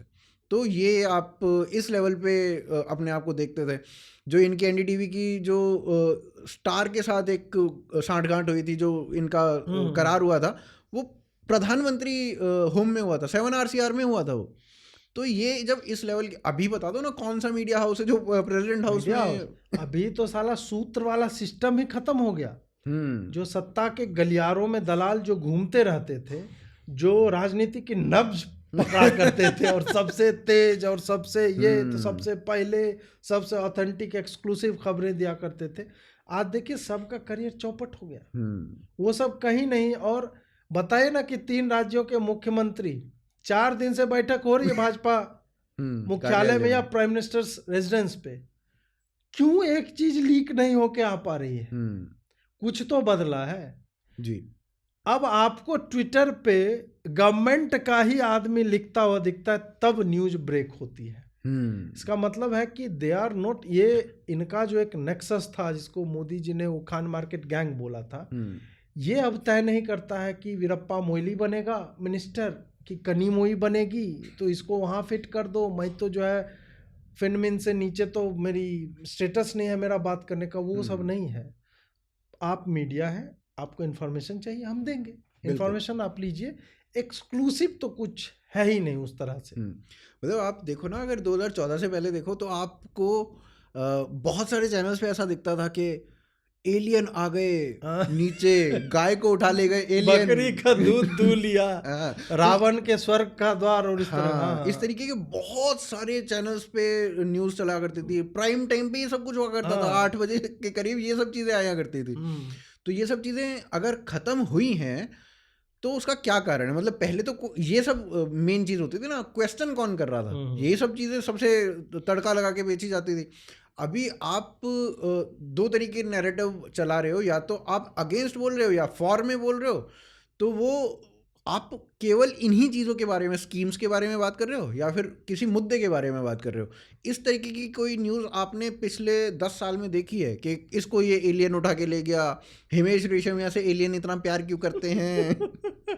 हाँ नहीं, ये वही होता है कि जब आप लोग, इसका 2 कारण है। एक कारण तो है सत्ता परिवर्तन होता है, और उसके बाद जो नैरेटिव सोशल मीडिया, मतलब सोशल मीडिया का इवोल्यूशन भी पैरेलली, जब सोशल मीडिया चैलेंज करने लगा और सत्ता भी बदल गई, तो इन 2 क्लासिक एग्जांपल है। हाँ, तो वही होता है कि जब आदमी, पहले ये सारे पत्रकार जो थे ये तो प्रवचन दिया करते थे ना, शाम में टीवी आया और स्टार्ट कर दिया अपना, तहरीर पढ़ी जा रही है उस तरह से कि 4 बीवी रखना क्यों जरूरी होता है जी, वो बताए जा रहे हैं। अब वो नहीं, अब है कि अगले दिन तुम साले सोशल मीडिया पे हो या नहीं हो, तुमको गरियाने के लिए 150 लोग हैं बैठे हुए कि अबे ये क्या बोल रहे हो तुम, ये बोला कैसे तुमने। तो अकाउंटेबिलिटी जब होने लगती है, जब आपको मॉक किया जाने लगेगा। इंडिया टीवी वाले यही एलियन उतार रहे थे और स्वर्ग का द्वार खोजते थे, या फिर और भी टीवी, एक किसका तो था, उसने चला आजादपुर में गिरी बर्फ, आजादपुर में गिरी बर्फ, और पूरा चला जा, देखिए इतने बजे, क्या बताया पता है, बर्फ की साइकिल के करियर पे ले जा रहा था, सिल्लियाँ वो टूट के गिर गए। ये न्यूज का स्तर था। आप वहां से जब, वही होता है, ट्रोल हो गए, क्वेश्चन हो, कितना भी कर लो कि ट्रोल और से हमको फर्क तो पड़ता है, सबको अच्छे से पड़ता है। और फिर आप जो है, आपको धारा जो है बदलनी होगी। और दूसरी बात ये भी है कि सोशल मीडिया से आपको न्यूज मिलने लगा, जो एकदम छोटी जगहों पे, कि यहाँ पे वो गिर गया बोरवेल में, उधर जो है उधर मार दिया, लूट हो गई, उसने सुसाइड कर दिया। कौन सी चीज सोशल मीडिया पे वायरल हो जाती है, वो मतलब एक एडिटर के लिए बोलेगा ये अनइम्पॉर्टेंट है यार कि कहीं किसी ने सुसाइड कर लिया। सोशल मीडिया कहता है नहीं, हमको इसी पर चाहिए कवरेज, अब उस पे लगे हुए। गाजा में क्या हो रहा है, इससे भारत को क्या फायदा या नुकसान? कुछ नहीं है ना। या यूक्रेन युद्ध, और कितना चला उसका नैरेटिव, कितने दिन तक लगातार चलता रहा। क्यों? क्योंकि सोशल मीडिया पे वो डिस्कस हो रहा है। हमारे पिताजी किसान आदमी उनको क्या मतलब है यूक्रेन में क्या चल रहा है, वो बोले जा रहे हैं अरे यूक्रेन में तो ये हो गया। हम बोले आपको कैसे पता चला? बोले न्यूज देखे। तो कैसे वो आदमी जानता है और डिस्कस करना चाहता है? तो इस कारण से तो वही आदमी तो मोदी को भी देखेगा ना, उसके बारे में डिस्कस करना चाहेगा। तो इस कारण से वो जो प्रेशर क्रिएट हुआ, उस कारण से ये पूरा आपको नैरेटिव बदलता दिखता है। मैं वही कहता हूँ, मतलब ये मेरे पिताजी कहा करते थे कि हमारी जो, मतलब उनकी विचारधारा, मेरे दादा जो थे वो राम मंदिर जब कार सेवक गए थे यहाँ से, तो उस समय वहाँ पे कार सेवा में थे मेरे दादा, तो कुछ दिन जेल में भी रहे थे उस समय।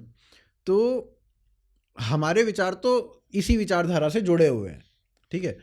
अब जो हमारे पिताजी की वाणी थी वो कहाँ तक जाती थी? नाई की दुकान पे बाल कटाने गए हैं तो उन 4 लोगों तक चली गई।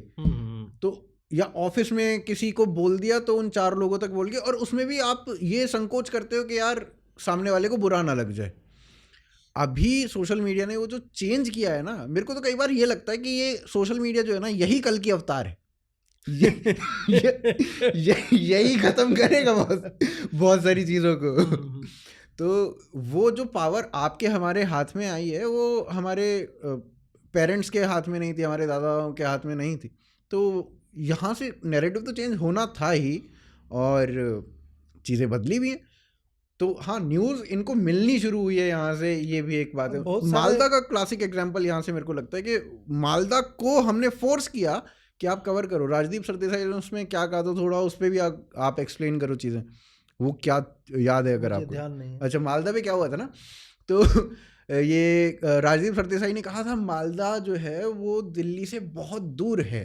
मालदा में दंगे हो रहे थे बहुत भयंकर, मुसलमानों ने हिंदुओं की दुकानें जला दी थी और मारना पीटना शुरू कर दिया था। तो 7 दिन हो गए लगातार, उसके ऊपर एक अक्षर भी मीडिया में नहीं आया था। 2016 या 17 की बात होगी ये। अब सोशल मीडिया पे लगा हुआ है, हम लोग लगे हुए हैं कि भाई मालदा में ऐसा हो रहा है, मालदा में ऐसा हो रहा है, ये है वो है। सोशल मीडिया पे जब ये बहुत उठा, 7-8 दिन तक लगातार उठा, उसके बाद यहाँ की जो मेन स्ट्रीम मीडिया थी वो गई, वहाँ से कवर हुआ। राजदीप सरदेसाई ने कहा कि एक्चुअली बहुत दूर था ना दिल्ली से, इसलिए 7 दिन लग गए वहाँ तक जाने में। हाँ, तो ये जो आप बोल रहे हैं अब मुझे ध्यान में आ गया, उस वक्त खाली मालदा में नहीं, वर्धमान में भी अन्य जगहों पे भी दंगे चल रहे थे। संभवतः ये ममता बनर्जी के सत्ता में आने के बाद, नहीं ये उससे पहले का है। अच्छा, उसके बाद भी ऐसा कुछ हुआ था, पर वो उसके कवर होने लग गया था। हाँ, तो इसका यही मतलब रीजन यही है कि सोशल मीडिया ने जो फिजिकल डिस्टेंस थी ना उसको पाट दिया है। बिल्कुल, कि यदि मतलब यूक्रेन की जब कवरेज हो सकती है तो मालदा तो फिर भी अपने देश का है। तो सोशल में ये सिक्लिकल अब हो गया है। पहले क्या होता था कि मीडिया में कुछ चला, उसके बारे में डिस्कशन नीचे हो रहा है। अब क्या हो गया है कि सोशल मीडिया में किसी भी व्यक्ति के पास, जिसके पास फोन है, इंटरनेट कनेक्शन है, वो जर्नलिस्ट है टेक्निकली, वो कर रहा है ना, ऑब्जर्व कर रहा है और अपलोड कर रहा है, विस्तारित कर रहा है। यही काम सबसे बेसिक परिभाषा अगर हम पत्रकारिता की थी यही है, अवलोकन करके उसको मैग्नीफाई करके दिखाना। उसके बाद अब लोग जो चर्चा करें उस तरह का। तो वो अब क्या है कि पहले ओबी वैन्स जाते थे, एक सेमी ट्रक जो है उसको जाना पड़ता था। तो राजदीप जो बोल रहा है वो एक तरह से यह भी है कि दिल्ली सेंट्रिक मीडिया, जिसको अर्नब बाद में क्रिटिसाइज करता है, बोलता है कि दिल्ली से नहीं चलेगा, ये जो फिल्म सिटी में बैठ के जो तय करते हैं वहाँ से नहीं चलेगा। तो वही प्लस डिजिटल जब जुड़ जाता है तो ये सारा आप नहीं कर सकते कि ये बहुत दूर है। अब कुछ भी दूर नहीं है, तुम्हें वो कवर करना पड़ेगा। तो पहले मेन स्ट्रीम का दबाव सोशल पे आता था, अब सोशल मीडिया जो है वो ओपिनियन मेकर्स के माध्यम से, जिनकी अच्छी फॉलोइंग है, प्लस जो बिजनेस को समझते हैं लोग, एमबीए वाले जो बैठे हो, जो संपादक की जगह तो अब एमबीए वाले बैठ जाते हैं, तो वो बोलते हैं कि नहीं नहीं, इस पे भी ट्रैक्शन मिल रहा है, इस पे भी तुम चलाओ। तो गन्ना टाइप साला पेड़ के सिट्ठी से एकदम जब तक निकल के सिट्ठी भी आग न साला छोड़ने लगे तब तक वो निचोड़ते हैं उसका रस। तो ये बदलाव तो आया ही है। और ऐसे लोगों के फिर जो गुमान में रहते थे ना, जर्नलिज्म में क्या होता है कि विषय जो है वो तय करेगा कि नैरेटिव किधर जाएगा, हम क्या बोलेंगे या किस चीज को चलना चाहिए, विषय के उस पे होगा। ये लोग कहते नहीं नहीं तुम समझे नहीं, मैं राजदीप हूं, मैं जो बोलूंगा वही मुद्दा बनेगा। ये जो एक इनके दिमाग में वही ईगो जो चढ़ गया था। अब देखिए आप कि रोज वो लात खाता है, रोज गाली सुनता है साला, नाइट म्यूजिंग, नून म्यूजिंग, मॉर्निंग म्यूजिंग, और नीचे में खाली गाली उसको सुनना और कुछ नहीं होता है। तो इन लोग को औकात जो है वो सोशल मीडिया के पावर से इनको पता चल गई। हाँ, तो ये अभी देखो ना, ये जो अभी अर्नब का आपने नाम लिया, और ये अभी जब तूफान आया था राजस्थान में, तब वो ऐसे नाच रही थी श्वेता और ऐसे गिर के दिखा रही थी, यहाँ से हवा चल, में तूफान आया था। हाँ, गुजरात और राजस्थान में दोनों जगह था। अच्छा, मेन तो दोनों ही जगह था। हाँ, तो उस समय श्वेता जो थी रिपब्लिक की एंकर, वो इधर से स्टूडियो में बैठी हुई, यहाँ से हवा आ रही है, हवा उड़ा रही है, ये सब चीजें करी। अभी मद्रास में हुआ तो नहीं करी ये सब चीजें, क्यों? सोशल मीडिया ने दिखा दिया कि भैया ये सब चीजें नहीं करनी चाहिए तुम्हें। एग्जैक्टली। तो ये तो बदलाव आया और सुधार के लिए ये चेक्स एंड बैलेंसेज वाली बात है, जो संविधान के संदर्भ में कहते हैं कि 3 जो है अंग, जुडिशरी, लेजिस्लेचर और एडमिनिस्ट्रेटिव जो है एग्जीक्यूटिव जो है, तो उसका यही है कि ट्रांसग्रेस एक दूसरा ना करे, दूसरा जो है तीसरे को चेक करे। वही अब मीडिया के सेंस में हो गया कि अब आपकी अकाउंटेबिलिटी है। आप ऐसे नहीं कि ये सब एलियन पी गई बकरी का दूध, ये सब आप नहीं कर सकते हो और हवा चला के। और ये क्या सोचते, एक एक्सट्रीम ये है कि बाढ़ में यहाँ तक पानी में खड़े होके कोई पत्रकार जो है कर रहा है, बगल में सड़क पे पानी नहीं है लेकिन उसको ये करना है। श्रीदेवी मर जाती है तो बाथटब में लेट के कि ऐसे गिरी थी क्या, वैसे ये सब कर रहे हैं। तो अब इसको भी धीरे धीरे वही होता है कि पब्लिक डिस्कोर्स का लेवल भी धीरे धीरे बढ़ता जा रहा है, वो अब फिल्टर्ड होके पहुंचता है। हम ये नहीं कह रहे हैं कि एब्सर्ड बातें नहीं लिखी जा रही हैं, कुछ भी तो कुछ भी लोग लिखते रहते हैं, फिर भी जो क्षण के ऊपर तक पहुंचती है, जो मेन मुद्दा बनती है, उसमें भी अब एक सुधार है, एक फिल्ट्रेशन का प्रोसेस सोशल मीडिया के कारण वहाँ पे भी है। और यहाँ पे एक जो बात थी यार, मैं भूल ही गया। कर लीजिए यार। कितना मिनट हो गया है? उधर रुका तो नहीं? नहीं वहाँ से तो अरे बड़ा अच्छी बात थी, वो भूल ही गया। चलो, तो यहाँ से अभी ये जो फिल्ट्रेशन आया है ना, इससे एटलीस्ट आपकी सार्थकता समझ में आती है। अब यूट्यूब पे लोग हमारी वीडियोस के नीचे, आपके वीडियोस के नीचे ये लिखते हैं कि टीवी पे आना चाहिए यार आपका प्रोग्राम। हमें मतलब टीवी पे ये सब जानकारी नहीं मिलती हैं, आप इतना सही एनालिसिस कर देते हो कि वो सब चीज़ें टीवी पे आनी चाहिए। उसका मैं बताता हूँ, टीवी मीडिया से भारतीय लोग इतने उदासीन क्यों हो गए हैं। टीवी का जो डिबेट का फॉर्मेट है, जो लगभग आप 5 बजे से लेकर 10 बजे तक चलता है, वो फॉर्मेट 20 वर्ष पहले यूएस ने छोड़ दिया। आरंभ भी नहीं हुआ, छोड़ दिया। उससे 20 वर्ष पहले तक उन्होंने चलाया उस फॉर्मेट को। तो सेंसेशनलिज्म, येलिंग ऑन टीवी, ये 10-12 बॉक्स बना के, ये मतलब कोई भी आदमी जो है, अब जियोपॉलिटिकल एक्सपर्ट हूँ मैं, लिपस्टिक लगा के मैं आती हूँ, बायो में लिख दिया, वो एक्सपर्ट हो गई। टिकटॉक पे आपकी 1 लाख फॉलोइंग है, रील्स आपके देखे जाते हैं, तो आप जो है एक्सपर्ट हो गए किसी भी चीज़ के। ये सब जो है ये सीप इन किया। तो 40 साल पुराना फॉर्म, 40 साल में यार 2 जनरेशन बदल जाती है। नए लोग 20-20 वर्ष के हो जाते हैं जो कंप्लीटली डिस्कनेक्टेड है, जिन्होंने वो देखा ही नहीं कि यार चिल्लाना भी मीडिया में एक फॉर्मेट है। उनको लगे ये कर क्या रहे हैं यार। तो उनको लगता है कि शांति से, बिना किसी कैकाफोनी के, यहाँ पे बैठ के अजीत भारती या गर्वित या सौरभ जो भी है, ये आदमी कैमरे पे बोल रहा है, तो आदमी यार बहुत, वहाँ तो 20 मिनट का प्रोग्राम होता है, मैं तो 1 घंटे बोलता हूँ। मैं जब कहता हूँ, मैंने एक अभी AB शॉर्टकट्स बाय AB करके बनाया कि क्लिप करके या फिर कम समय बोलूँ किसी मुद्दे पे, उस पर भी मैं बोलता हूँ कि ये शॉर्टकट 28 मिनट चला जाता है, वो भी तो वो होता है और लोग उसको सुनते हैं। हाँ, लोगों को पसंद है कि भाई शांति से, वो पैसिवली भी सुन सकता है, जेब में है अपना, कान में बज रहा है, वो भी वो सुनना चाहता है। तो ये जो वॉइड एक क्रिएट किया ना इन्होंने, किसी भी चैनल पे शांतिपूर्ण डिबेट होता ही नहीं इसमें। हाँ, मैं NDTV को क्रेडिट दूंगा, वहाँ पे ये नहीं चलता है। वहाँ उन्होंने कम से कम, बाकी उन्होंने आत्मा बेच दी वो अलग है, लेकिन आत्मा बेचा शांति से बेचा, हल्ला करके नहीं बेचा है। तो ये वाली बात वहाँ पे है। तो ये सारा है, इसके कारण व्यूअर्स का एटीट्यूड चेंज होता है। वो एक्सपेक्ट करते हैं कि आप टीवी पे क्यों नहीं है। अब क्या होगा, हम टीवी पे क्यों नहीं, वो भी मैं बता ही देता हूँ। आता है, ऑफर भी आते हैं इस तरह के। टीवी पे पहले बोलेंगे आप पैनलिस्ट बनिए, वहाँ पे जाइए, अपना दिखाइए। साले मुझे अब दिखाने की आवश्यकता है? मैं इतने साल से पत्रकारिता कर रहा हूँ, और साल हटा दो, अनुभव हटा दो, मेरे ज्ञान का दायरा या आपके ज्ञान का दायरा या जो भी हमारी तरह के लोग हैं, उनको साबित अब क्या करना रह गया। हमें तो कॉन्स्टेंटली 2 लाख 4 लाख लोग देख रहे हैं ना भाई, इसका मतलब है एक व्यूअरशिप है, कुछ तो हम सही कर रहे हैं। अब मैं एक जगह गया, नाम नहीं लूँगा उसका, वहाँ पे मैंने बोला कि एक सेटायर तो कम्प्लीटली अनुपस्थित हो चुका है, न्यूज़ रूम में है ही नहीं, बचा ही नहीं।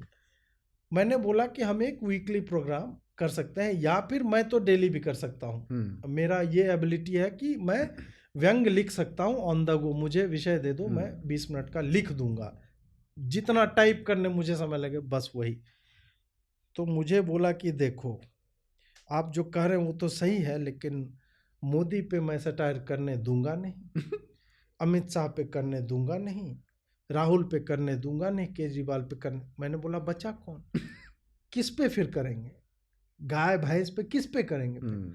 तो हम जो वही जिस स्वतंत्रता के साथ और क्रेडिबिलिटी हमारी एक है लोगों की आंखों में, जो हम काम कर रहे हैं स्वच्छंद होके, वो वहाँ पे आप जो ही जाइएगा ना, तो मैनेजमेंट का प्रेशर ऐसा आता है कि आदमी चाह करके भी वो आप गोरू की तरह, गाय की तरह आपको नाथ देगा और फिर जैसे चलाना चाहेगा आप चलेंगे। मुझे अगर कोई ऑफर दे और बोले कि नहीं आपका ये स्लॉट है 1 घंटे का, जो आप करना है एक करो। कुछ सीमाएं निर्धारित कर दो कि भाई एकदम अश्लील ना हो जाओ, गाली गलौज ना करो, ये सब कर दो और आप अपनी विचारधारा से चलो, तो फिर मैं आई कैन गिव इट ए। और वो भी 9 to 5 नहीं करूंगा मैं। अब मैं साला 9 to 5 तो नहीं करने जा रहा। मैंने घिसा है, मैंने नाइट शिफ्ट किया है टाइम्स ऑफ इंडिया के लिए, ये सब के लिए। साला उधर मैगी खा के और अंडे खा करके है, तो वो सब क्या, तो अब मैं उस स्थिति में नहीं हूँ। Now I will do the things on my own terms. मुझे करना होगा करूँगा, नहीं तो नहीं करूँगा। खेती कर लूँगा जाके साला गाँव में, लेकिन 9 to 5 तो नहीं करूँगा। ऐसा नहीं है जो 9 to 5 करते हैं उससे कोई समस्या, बट मैं उस स्थिति में नहीं हूँ। मैंने बहुत घिसा है और उसके बाद अब इस स्थिति में पहुंचा हूँ। हाँ नहीं, और ये बात अच्छी भी है। अब एक फेज देखो, मैं इसमें आपको क्रेडिट बहुत ज़्यादा और इसलिए भी देता हूँ ना कि आप पहले ऑप इंडिया में थे। ऑप इंडिया में आपने एक लेवल पे उसको पहुँचाया, उसके बाद ऑप इंडिया से हट के आप डू पॉलिटिक्स में आए, उसको एक लेवल पे पहुँचाया, फिर आप अब अपने नाम से चैनल चला रहे हो, उसको एक उसी लेवल पे पहुँचा दिया। तो ऑप इंडिया से जब हट के आप डू पॉलिटिक्स में आए, तो डू पॉलिटिक्स को चलाने में मात्र 1 महीना लगा होगा। हाँ, 2-3 महीने में हम लोग ठीक ठाक। दूसरा, फिर आपने जब अपना चैनल फिर से शुरू किया, 3 चैनल स्क्रैच से शुरू करना मात्र अपने नाम पे, ये बात छोटी है नहीं। अगर किसी को लग रहा है ना अरे ठीक है ये तो कोई भी कर लेगा, तो एक बार करके देखे। नहीं, मैंने देखा है ऐसे कुछ लोग थे जो मेरे साथ जुड़े हुए थे, और इन लोग को क्या लगता है, जो हम लोग पहले भी चर्चा कर रहे थे, आप भी बता रहे थे कि हम सुबह उठते हैं और हम लगे रहते हैं। तो लगा, जो मेरे साथ काम करता था उसको लगा कि अरे यार इसका तो बढ़िया है, आता है और 1 घंटे रिकॉर्ड करता है, चला जाता है, बाकी काम तो मैं कर रहा हूँ और मैं भी ये कर सकता हूँ। तो मैं भी करने गया, उस पर किसी ने पैसा लगाया, उस पैसे को उसने डुबा दिया। 600 से अधिक व्यूज़ नहीं आ रहे हैं ऐसे लोगों के। तो मैं जब दिन भर मतलब फ़ोन पे लगा रहता हूँ, मेरी माँ इस बात को समझती है, भले वो उतनी ज़्यादा इन सब चीज़ों से हाउस वाइफ है, बहुत अधिक पढ़ी लिखी नहीं है, लेकिन अगर मैं मतलब टाइम पास भी फ़ोन पे करता हूँ, उसको लगता है मैं काम कर रहा हूँ। फ़ोन पे ही उसका काम होता है। वाइफ जो है बोलती है कि वो तो पकड़ लेती है कि दिन भर क्या करते हो फ़ोन पे। तो जो भी है, तो फ़ोन पे तो हम कंज्यूम कर रहे हैं ना इन्फॉर्मेशन। अगर मैंने जो आपको कहा कि कटाक्ष मैं 2 घंटे में जितना टाइप करने मुझे लगेगा उतने में मैं लिख सकता हूँ, इसके पीछे 30 साल की मेरी एजुकेशन है, 15 साल की मेरी स्टडी है, कंजम्पशन है न्यूज़ का और बाकी चीज़ों का, तब जाके वो मतलब वो मैं लिखना शुरू करता हूँ और अंत कर देता हूँ। या किसी विषय के विश्लेषण का ही, अभी हम कोई भी मुद्दा आ गया कि मान लीजिए कहीं पे दंगा हो गया, बंगाल में पॉलिटिकल वायलेंस हो रहा, तो उस पर लिखने के लिए हम पॉइंटर्स, तो ठीक है पॉइंटर्स लिखने में तो 10 मिनट लगेंगे मुझे, लेकिन उसको रिकॉल करना, फैक्ट्स बोलना, उसके पीछे तो वो एक सतत प्रयास है जो लगातार चलता आ रहा है। बिल्कुल, मतलब आप, अगर मैं अपनी एक वीडियो बनाने की बात करूँ, एके टीके की एक वीडियो बनाने की बात करूँ, तो सुबह 5 बजे हम शुरू करते हैं और शाम के 5 या 6 बजे तक हम उसको पूरा करते हैं। वो 12-13 घंटे का एक प्रोसेस है, लिखना उसमें है, रिसर्च उसमें है, तो वो 12-13 घंटे का प्रोसेस है उस पर्टिकुलर चीज़ के बारे में। और वो एक वीडियो आपको उस पर्टिकुलर टॉपिक के बारे में इतना भर देगी कि फिर आपके ज्ञान चक्षु खुल जाएंगे, आप स्वयं उसके इतर उतर और चीज़ें ढूंढने का कोशिश करोगे ना, अच्छा इसने ये बोला था, इसके अराउंड और क्या है। तो वो इतना चीज़ें होती हैं। फिर सटायर, मतलब अगर विधाएं देखो तो AKTK पे सीरियस टाइप की वीडियो आ रही हैं, फिर रेड फाइल जो भाई कर रहा है वो शॉर्ट डॉक्यूमेंट्री टाइप की हो गई, फिर वोक शो में सटायर भी आप मार रहे हो, अभी हम पॉडकास्ट कर रहे हैं तो वो भी एक अलग ही विधा है। तो सब चीज़ों में पारंगत भी हो रहे हैं हम, और मतलब अपने आप को, अपने स्किल्स को बढ़ा ही रहे हैं ना। जैसे चाहे आप अगर न्यूज़ में देखो तो आपको दिखता था कि रोहित सरदाना जो है वो यार डिबेट में मास्टर है, उसका कोई मैच नहीं कर सकता। सुधीर चौधरी एक पर्टिकुलर स्टाइल में ही करेगा तो वैसे ही करेगा, वो डिबेट नहीं कराएगा। आप तो सब कुछ ही कर रहे हो ना यार। तो इस चीज़ को कौन देखेगा? और हम तो जर्नलिज्म के बैकग्राउंड से भी नहीं, पर एक बात ये भी होती है, जो इंजीनियर होता है वो सब कुछ ही होता है, कर लेता है। वो इंजीनियरिंग छोड़ के बाकी सब कुछ कर लेता है। सही बात है। तो वो चीज़ एक पता नहीं एडवांटेज है या डिसएडवांटेज है, बट ठीक है, जो भी है अच्छा है। नहीं इंजीनियर, मैं तो इंजीनियर नहीं, मेरा तो फॉर्मली मैंने साहित्य पढ़ा है, जर्नलिज्म में मास्टर्स किया है, जर्नलिज्म नौकरी किया है, टाइम्स ऑफ इंडिया में, इकोनॉमिक टाइम्स में, ये सब में, स्पोर्ट्स में, ये सब में किया है। इंजीनियर्स का हमारा एजुकेशन सिस्टम ऐसा है ना कि आप हॉस्टल में अगर रहोगे ना तो आप बहुत सारी चीज़ें सीख जाते हो।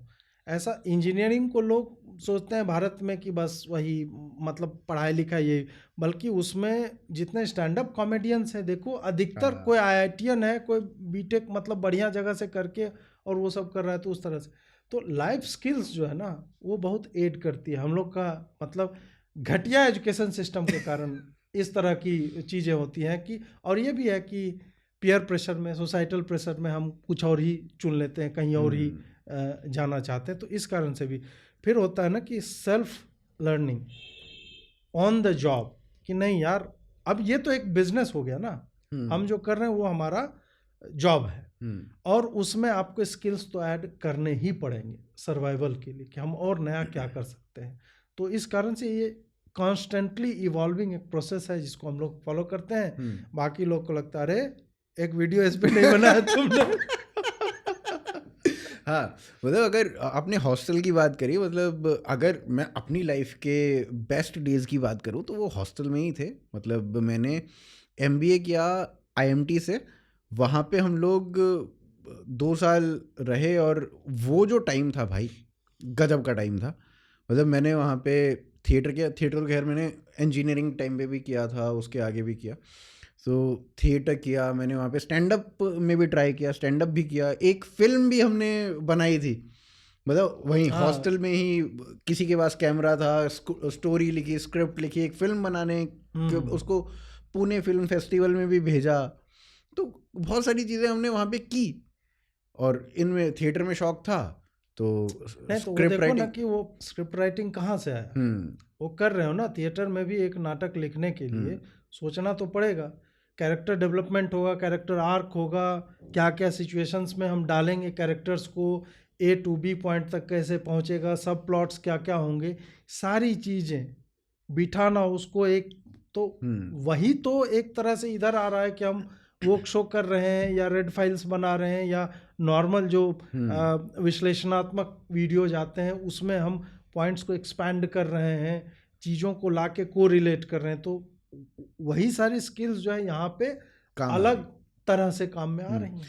आपके हॉस्टल के समय के कुछ ऐसे किस्से जो भयंकर टाइप के, जिसको आप शेयर कर सकते हो?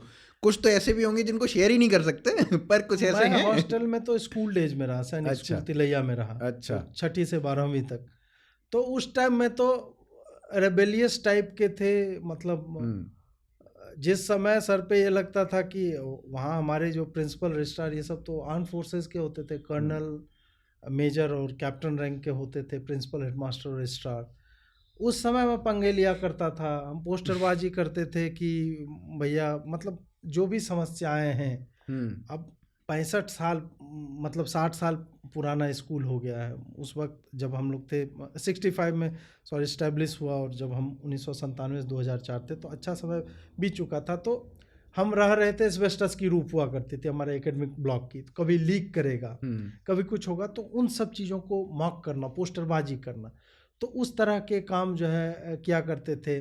रात में जो है 10 बजे के बाद लाइट आउट हो जाता था, टीवी केबल काट देते कनेक्शन। तो मैंने क्या किया कि मैं साला उस वक्त शोले आने वाली थी, देखो कि शोले फिल्म का ये क्रेज था, उसके लिए प्रिंसिपल के रेजिडेंस में वो जगह थी बनी हुई जहाँ से ब्रॉडकास्ट मतलब डिश एंटीना वाला सिस्टम होता था उस वक्त। तो उसके रोज गार्डन में जाके स्विच बाहर में था उसका लटका, वो वाइट वाला स्विच नहीं होता, उसको खोला, उसको डायरेक्ट कर दिया हमने, साले ऑन करो ऑफ करो, हमारा इधर चलता रहेगा। इस तरह की चीज़ें कई बार पकड़े गए कुछ लोग, तो उसमें भी हुआ, रस्टिकेट कर देंगे, इस तरह की चीज़ें भी, बहुत सारे कांड, मतलब छोटे स्कूल के टाइम में जिस लेवल के कांड कर सकते थे वैसे बहुत किए। मेरे लाइफ में एक मतलब हॉस्टल की बात कर रहा हूँ मैं, मेरा कॉलेज जो है ना वो कमलनाथ का कॉलेज है। अच्छा। तो उसका मतलब पैसा वैसा जो है कमलनाथ की तरफ से है, ठीक है। तो अब कमलनाथ का कॉलेज है, तो वहाँ पे क्या हुआ, मैं पहला साल जब MBA का था तो 15 अगस्त आ गया, कोई झंडा वंदन नहीं, कोई कुछ नहीं। अब हमें आदत है भाई झंडा वंदन देखने की हर 15 अगस्त को। मैंने कहा यार ये कैसा है, और हम तो मतलब जूनियर थे तो कुछ बोल भी नहीं सकते थे, कुछ बोला नहीं। तो एक आधा सीनियर को जिससे पटती थी उसको बोला, तो उसने कहा अरे छोड़ना तो ये ठीक है, ख़त्म हो गई।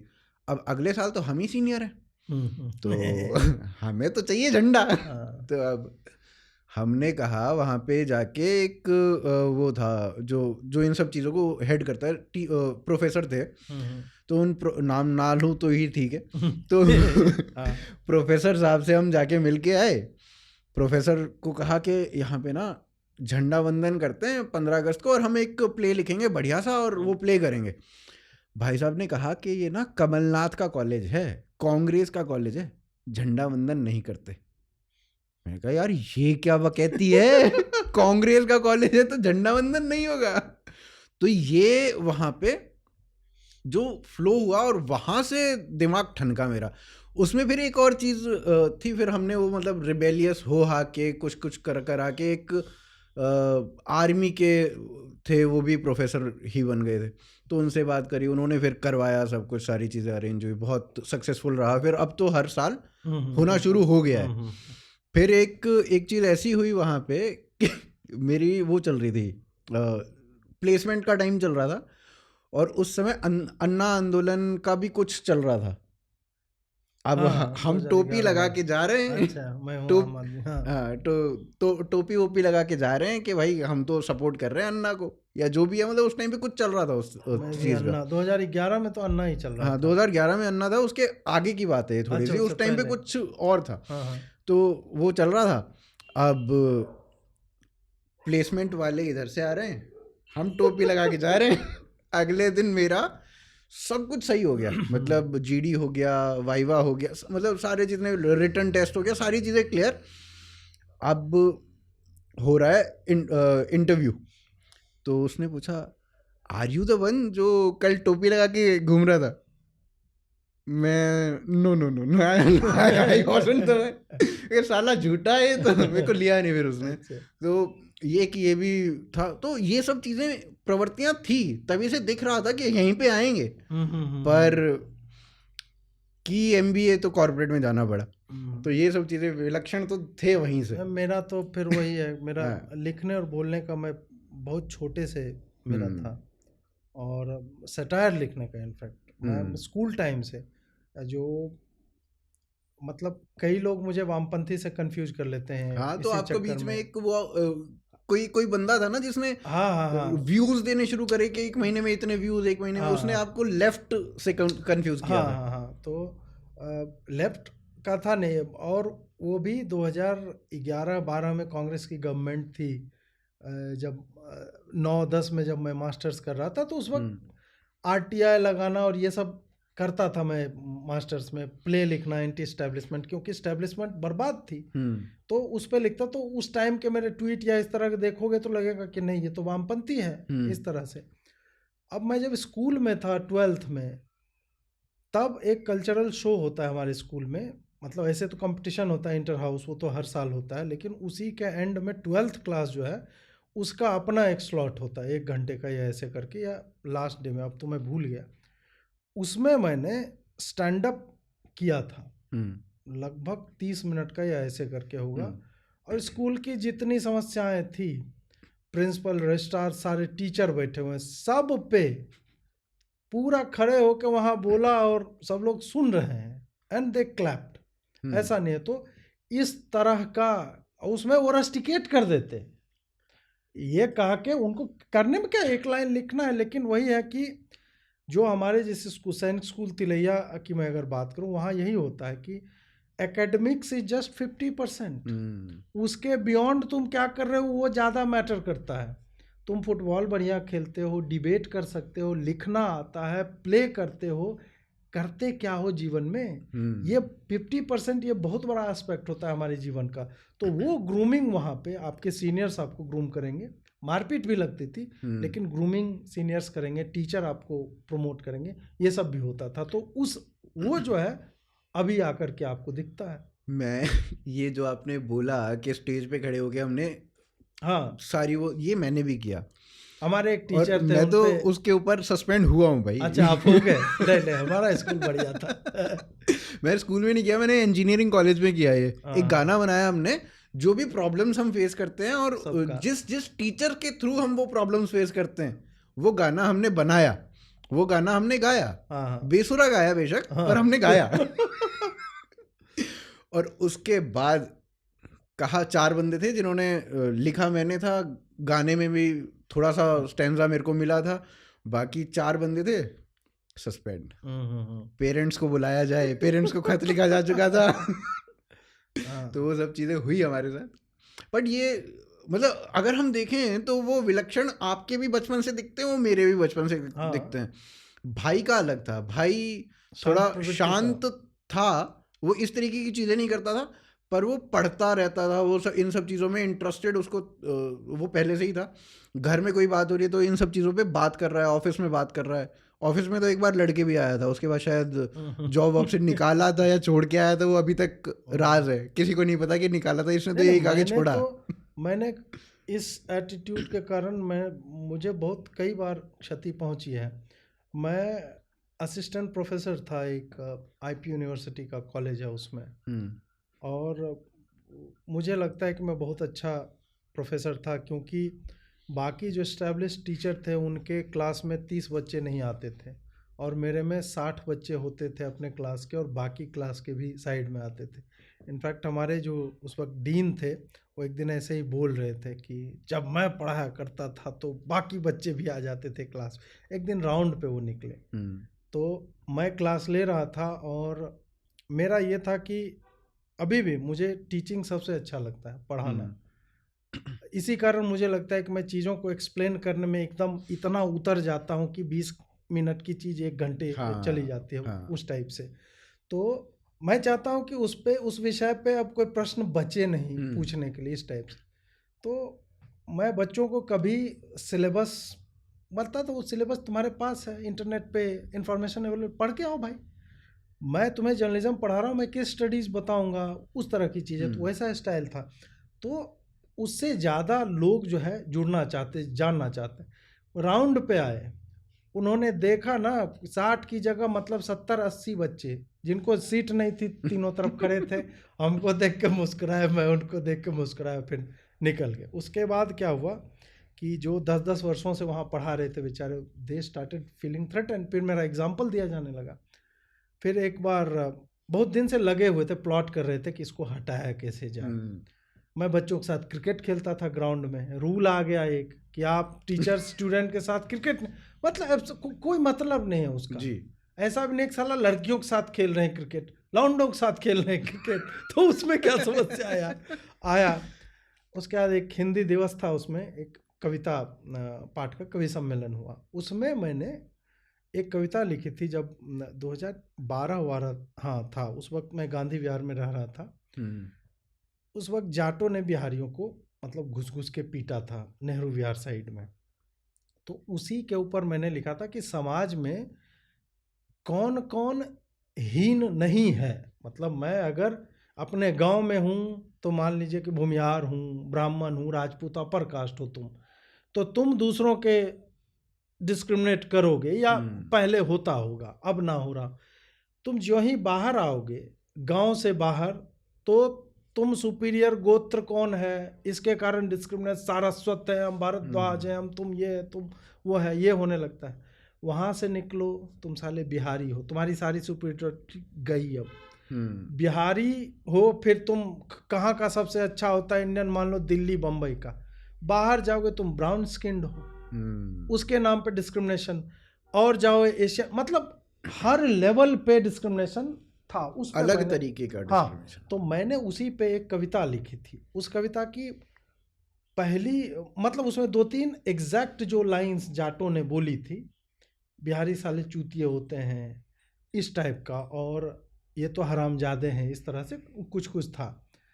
वो शब्द मैंने प्रयोग किया। अब उसको बेस बना करके किसी ने लिख दिया कि बच्चों के सामने गाली दे दिया ये, जबकि वहाँ 18 साल से सारे बड़े लोग थे। अब वहाँ पे उन्होंने उसको बेस बना के मुझे बोला, आपने तो ये कांड कर दिया है जी, आपने तो सत्यम शिवम सुंदरम होता है साहित्य का, पता नहीं कहाँ से साले ने साहित्य पढ़ा था। उसने बोला कि यही 3 एस्पेक्ट होता है, आपने तो गजब कर दिया, तो अब आप जो है इस्तीफा दे दीजिए। हम बोले इस्तीफा तो नहीं देंगे, या तो निकालो मुझे और पैसा दो, निकालेगा तो पैसा देगा ना, वो जो नोटिस पीरियड होता है। हम बोले ना माफ़ी मांगेंगे, हमको बोला माफ़ी मांग लो, रह जाओ, या इस्तीफा दो। बोले दोनों हम कुछ नहीं करेंगे। तो उसके बाद फिर मुझे जो है वो निकाल दिया गया। और मैंने फिर, हमको इतना छोटा कारण बताओ नोटिस, मैंने 8 पेज का साले को एक्सप्लेनर, पूरा कविता एक्सप्लेन करके, और मैंने मॉक किया। वो एक ब्रिगेडियर था, प्रभात सक्सेना या ऐसे कुछ नाम था, रिटायर्ड। मैंने बोला कि 70 साल आपकी उम्र हो गई, आपको समझ में मेरा पोयम नहीं आया, और जो 17-18 साल के बच्चे हैं उनको आ गया, तो मैं उनके हाथों कुछ पुस्तकें आपको भिजवा रहा हूँ। तो बेचारा अगले दिन नोटिस पीरियड का चेक वेक लगा के जो है आपको बोला कि आप जाइए, बहुत हो गया। जी, तो आज ट्राई किया कि आपकी पर्सनल लाइफ या बीती लाइफ के बारे में जाने, कोई और सेशन रखेंगे जिसमें हम मात्र इसी तरीके की बातें करेंगे। और अभी जो सत्ता के गलियारों में चल रहा है वो सब भी देखा, सोचा, उस पर भी विचारणीय बातें हुई। तो अजीत भाई धन्यवाद, आप आए और इस पे हमने बहुत महत्वपूर्ण एक डिस्कशन किया, अच्छा लगा। और इस तरीके के डिस्कशंस मैं चाहता हूँ कि हम हर महीने कर सकें, और लोगों के साथ जुड़ के कर सकें, एक चौपाल बना के कर सकें, 4-5 लोग हमारे एक साथ इकट्ठे हों और उस तरीके से हों, तो वो सब व्यवस्थाएं भी अगर हों तो और ज़्यादा आनंद आएगा। बिल्कुल, मेरी यही चेष्टा है, प्रयास भी है। कई बार मैंने आपसे भी बात की है जी, मैंने श्याम शर्मा को भी फ़ोन किया नहीं, और सबका रिस्पांस पॉजिटिव ही रहता है। कई बार क्या होता है कि मैं अब छठ मना रहा हूँ घर पे, आपकी कुछ समस्या है, किसी और की है, तो ये सर्टेनली हमारा है कि हम लोग को एक साथ, जब तक इंस्टीट्यूशनल सपोर्ट नहीं है तो सपोर्ट सिस्टम तो एक दूसरे के हम ही हैं। तो और लोग चाहते हैं, हमें देखना चाहते हैं कि एक साथ क्यों नहीं आते।